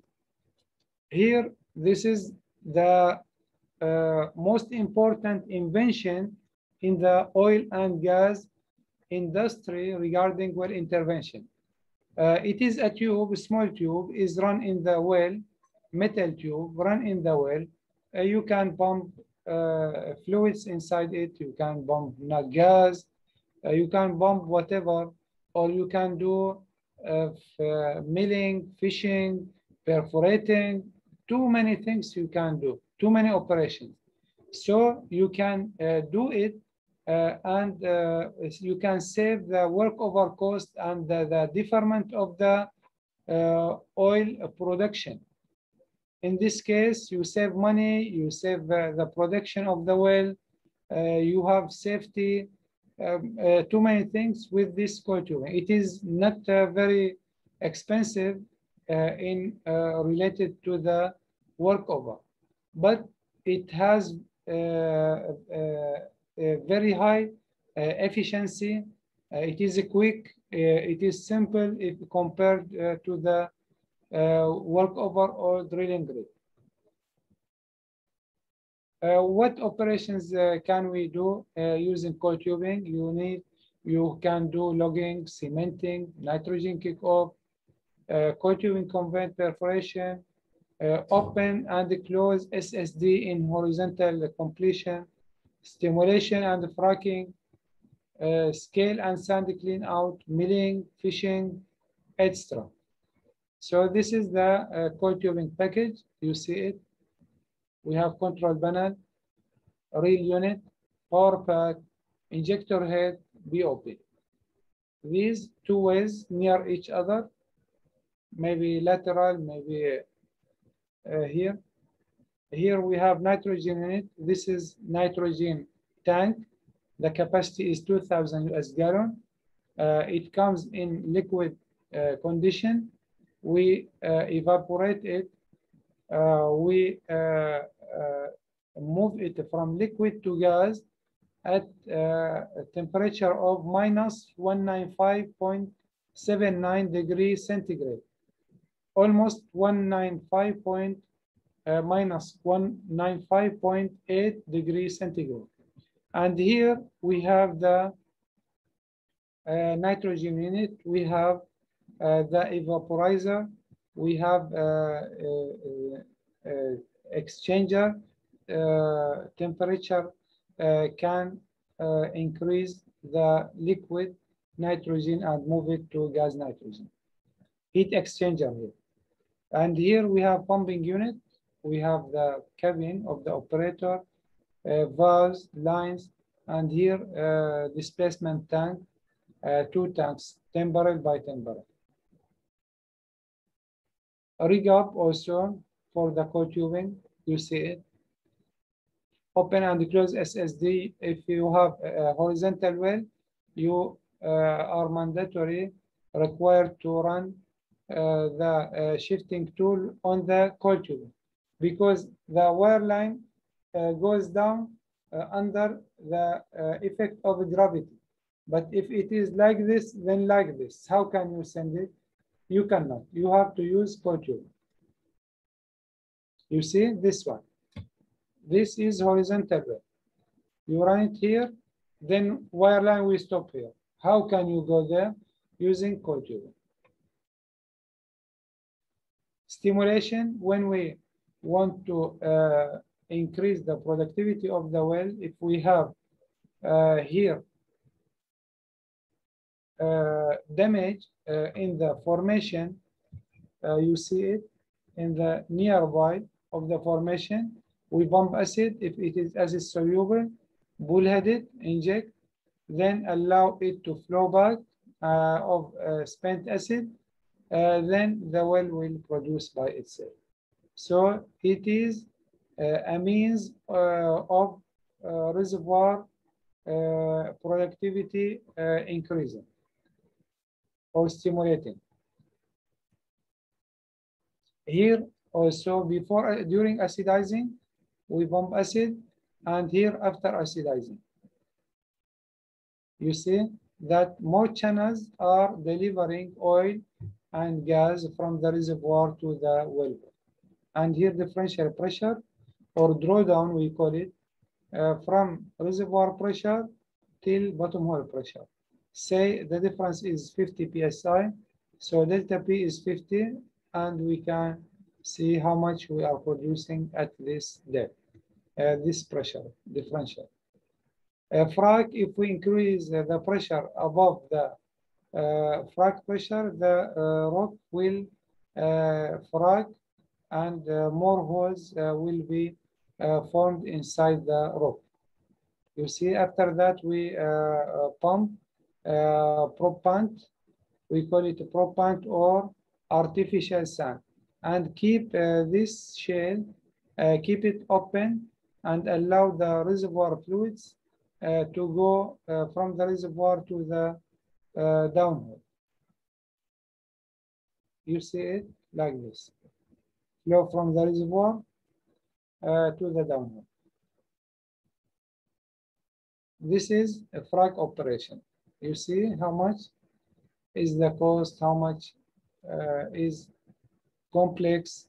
Here is the well. Examples, this is the last 4 slides. We will finish. I will give you examples of the question.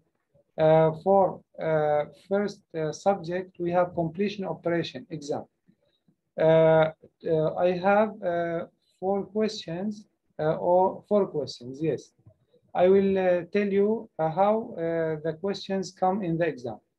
A completion is run open, down is run open-ended, and with the perforations open.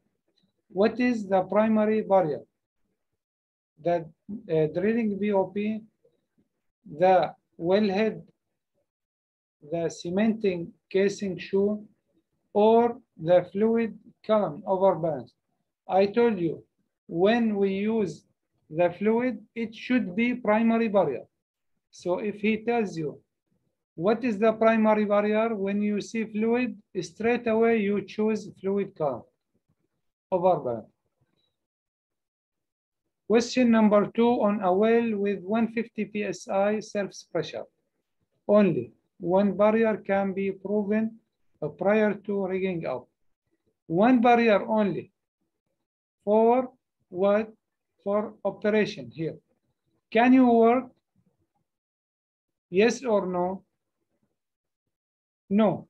We have to have 2 tested barriers here, right?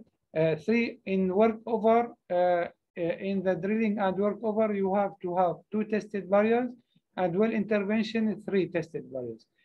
So the answer, the work cannot continue using only a single barrier. So with the drilling, minimum 2 barriers, with well intervention, minimum 3 barriers. The last two questions from completion operation. The term positive plug, what does it mean? To describe a particular type of a plug. What does this mean? So we say it prevents flow from either direction. Question number 4, typically how often are permanent barriers to be tested? Select 2 answers. We select after installation and when a leak is suspected. Now we move on to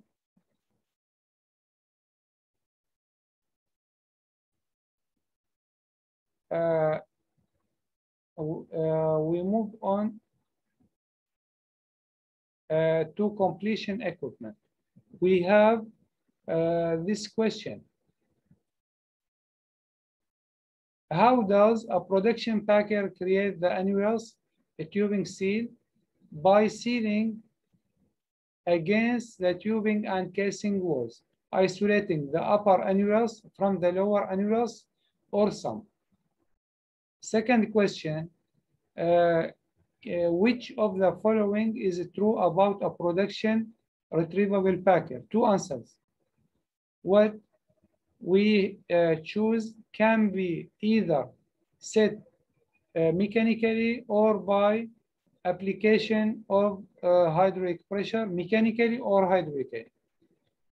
Number 2 can only be retrieved when the completion string is pulled out of the hole.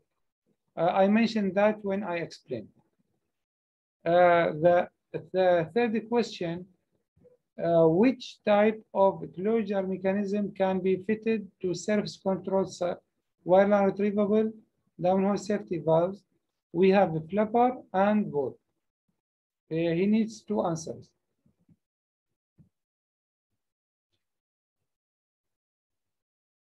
We have here coil tubing and wireline. Will finish. 2 slides. Coil tubing exam when in side door stripper, if wellhead pressure increases, does it assist the assembly to increase, to retract? No. There is no relationship between side door stripper and wellhead pressure. Question number 2. Which factors influence the long-term structural integrity of the coil tubing? 2 answers. We have continuous cycling of the coil tubing and gooseneck radius. 2. Last question, why the shear seal VOP installed just above the Christmas tree? Select 1 answer.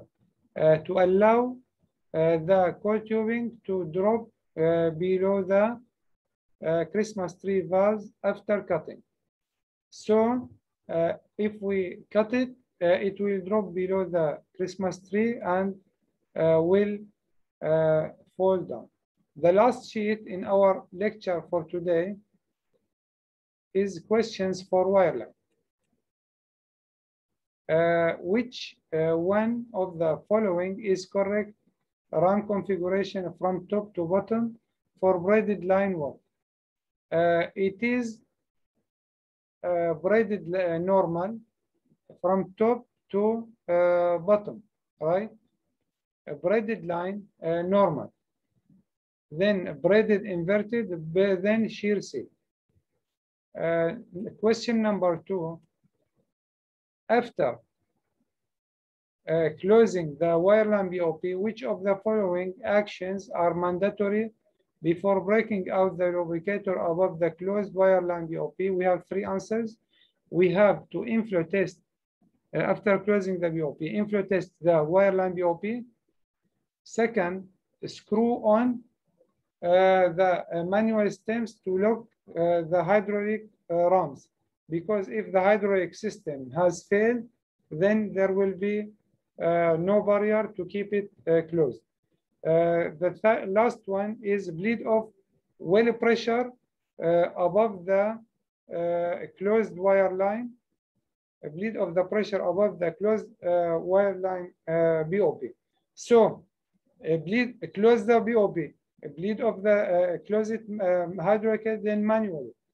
Then bleed of the pressure above BOP, then inflow test the pressure above the BOP. So these three answers that we have to know.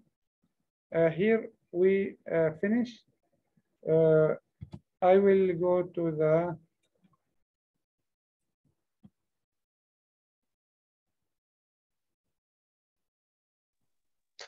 many thanks about this interesting and valuable information, Mr. Samer. You already summarized this information about international well control information. Many thanks, Mr. Samer. Thank you very much. And now we go to the question. If anyone like to ask a question, he can raise hand and we will unmute him. And another hand, you can write your question on the box chat on the Zoom. Yes, please. The first one, Mr. Mohammed Bahrain, you can open your microphone. Assalamu alaikum. Wa alaikum salam. Shall I speak in English or Arabic? What's better? English, because it is English, so we should stick to it. Okay, by the way, thank you so much about your summarize. It's good information and we interested you. But I have a question about international control well form. Yes. You said we have we have 4 stages, first and second and third and fourth. Yes. By the way, could you please explain it very easy? And I need to know what's the difference between them, because you know the problem of internet in Yemen is so about the connection. I don't get it. Yes. You have 4 levels of the. Okay. You have 4 levels. Thank you for your question, Mr. Muhammad. We have 4 levels of knowledge. Level 1, we have we call it level 1, level 2, level 3, level 4. So as you dig deeper, you have to be more responsible during your operation. So this one is called awareness. So you are in the level of awareness now. You can go into the website of IWCF there, or if you want, I can send you the syllabus of IWCF and you can study it by yourself. Then there are modules. You can watch them for 2 or 3 hours. After you finish each chapter, you have to answer questions. 5 questions each chapter. You have 7 chapters. After that, you will take the certificate. This will enable you to increase your knowledge. But without this lecture, you cannot start with it. So this is lecture will help you to start with this way. This way is long and it is not easy. So you cannot start by yourself. You need some assistance, some help. I am helping you now, and you will study and you will work on yourself to get higher and higher. So if you are a supervisor, either wireline or co-tubing or rigless, all of them, you have to be level 4. So you have to be, you have to attend level 4 course 5 days, full 5 days. The last day is exam. But for your level, you are at the university now. For this step, you are not allowed to go to level 2 or 3 or 4. Level 1 for you, I want all of you to attend this course and make sure that you have achieved some progress, because the science is cumulative. You cannot learn everything in one day. So you visit the site that I told you. It is online only. because it is a free of charge. So you cannot go to everywhere and pay extra money for nothing. Okay. Okay, thank you, sir. About this, okay, get it. Could you please share this lecture and the syllabus for ICWF? Sure, I will send it to you. But I need a promise from you and others. You have to study them. Yeah, I promise you. I need to improve myself. That's why I needed to ask you and to share it for all of us. Otherwise, I will not send anything to you. Yeah, sure, sir. You are the supervisor and assistant for everyone, and to help him to improve more and more, to get more knowledge, more information, to understand. Yes. This is interesting, and to get more knowledge and to get a good job and a good position. That's why we need to improve ourselves. Really, I am very happy to hear that from you, because these two universities seem that students are very tough, very hard workers. So this enforces me to join you always and keep providing you with useful and interesting subjects. Yeah, sure, sir. We need to improve ourselves.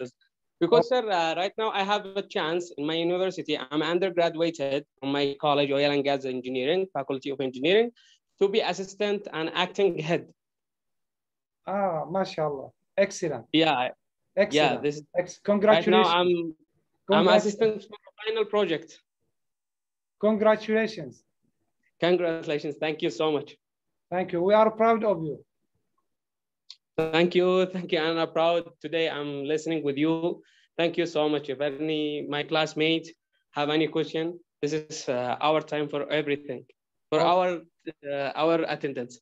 Okay. You are okay. Thank you. Thank you.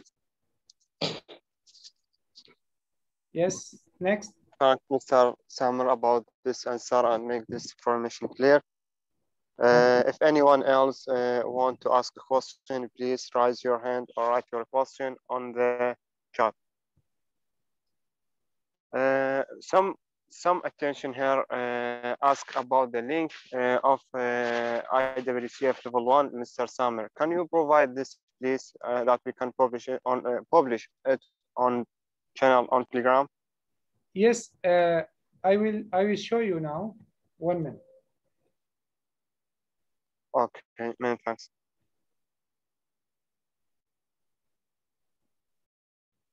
Okay, 1 minute.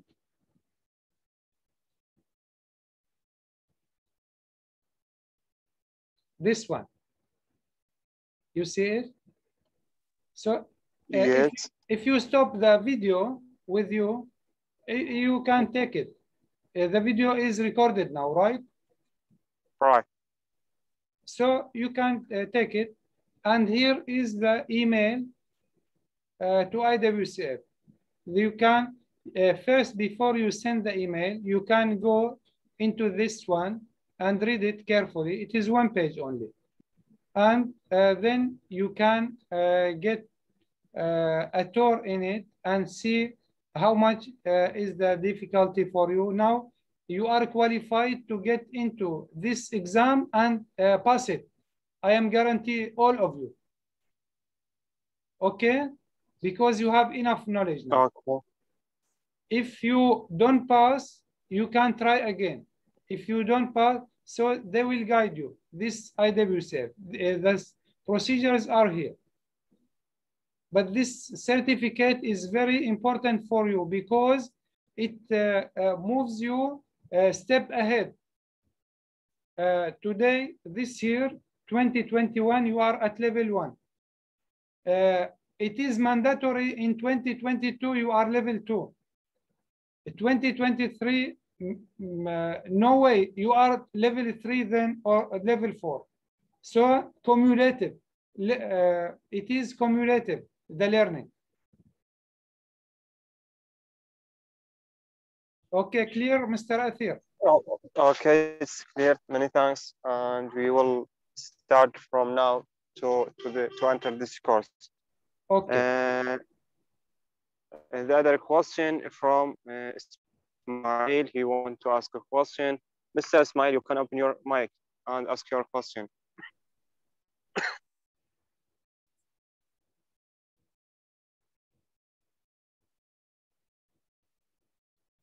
Mr. Ismail? Mr. Ismail?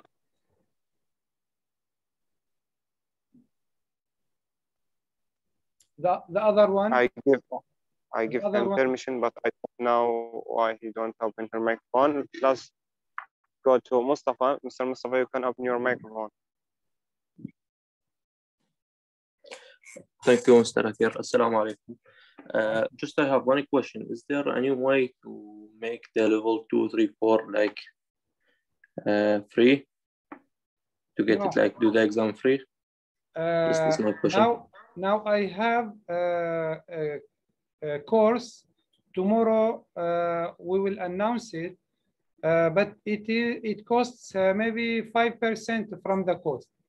So you will follow me up on Facebook. You have this Facebook, I will tell you. Because yes. Most of people are not working, so $1,700 is too much for them. So exactly. If you go to Facebook, you will see my name, this one. You can send me a friend request and you follow me up. I will put all posts. I will do discount. I asked the training company, Indian, maybe reduce the cost by 95%. Are you happy? Yeah, that's great. Thank you so much for that. Thank you so much. And Thank 5 days, same as this 5 days course, you will take, if you pass, you will take a certificate. Okay, thank you so much. Thank you. Thank you. Next. Thanks. I think Mr. Ismail can't open his microphone. I give him permission, but he don't open his microphone.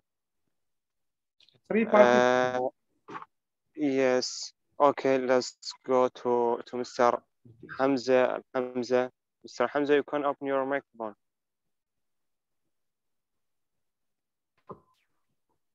Thanks, Athir. Good evening, Mr. Samar.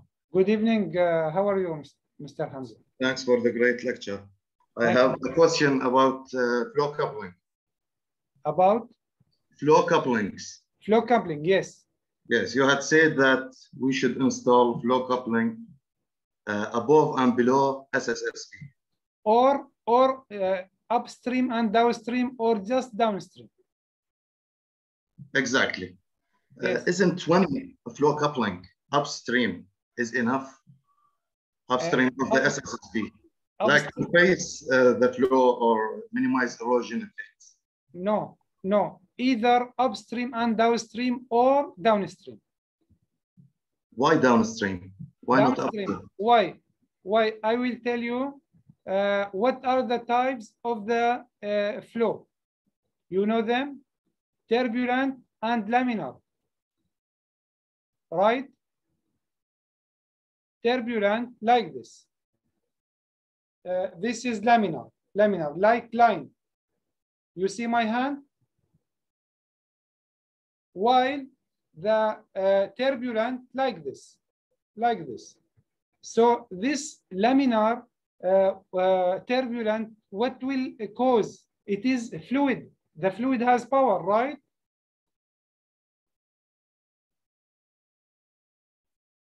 You hear me? Okay, I will answer. The fluid has power. This power is hitting the metal. Yes. The metal will be eroded. What is the difference between, you know, the difference between corrosion and erosion? Yes, go ahead. Yeah. Yes, the erosion, if you divert the fluid to the metal, it will be friction. This friction is erosion. While the interaction between the fluid and the metal itself, it is called what? Corrosion. Here we have, because the fluid type is changing. It is not laminar. Laminar like this, like this. So it goes, it is very friend with the metal, like this. It Smooth, doesn't yeah. cause anything. While this one is hitting. Hitting means erosion. This erosion will make the metal in bad situation.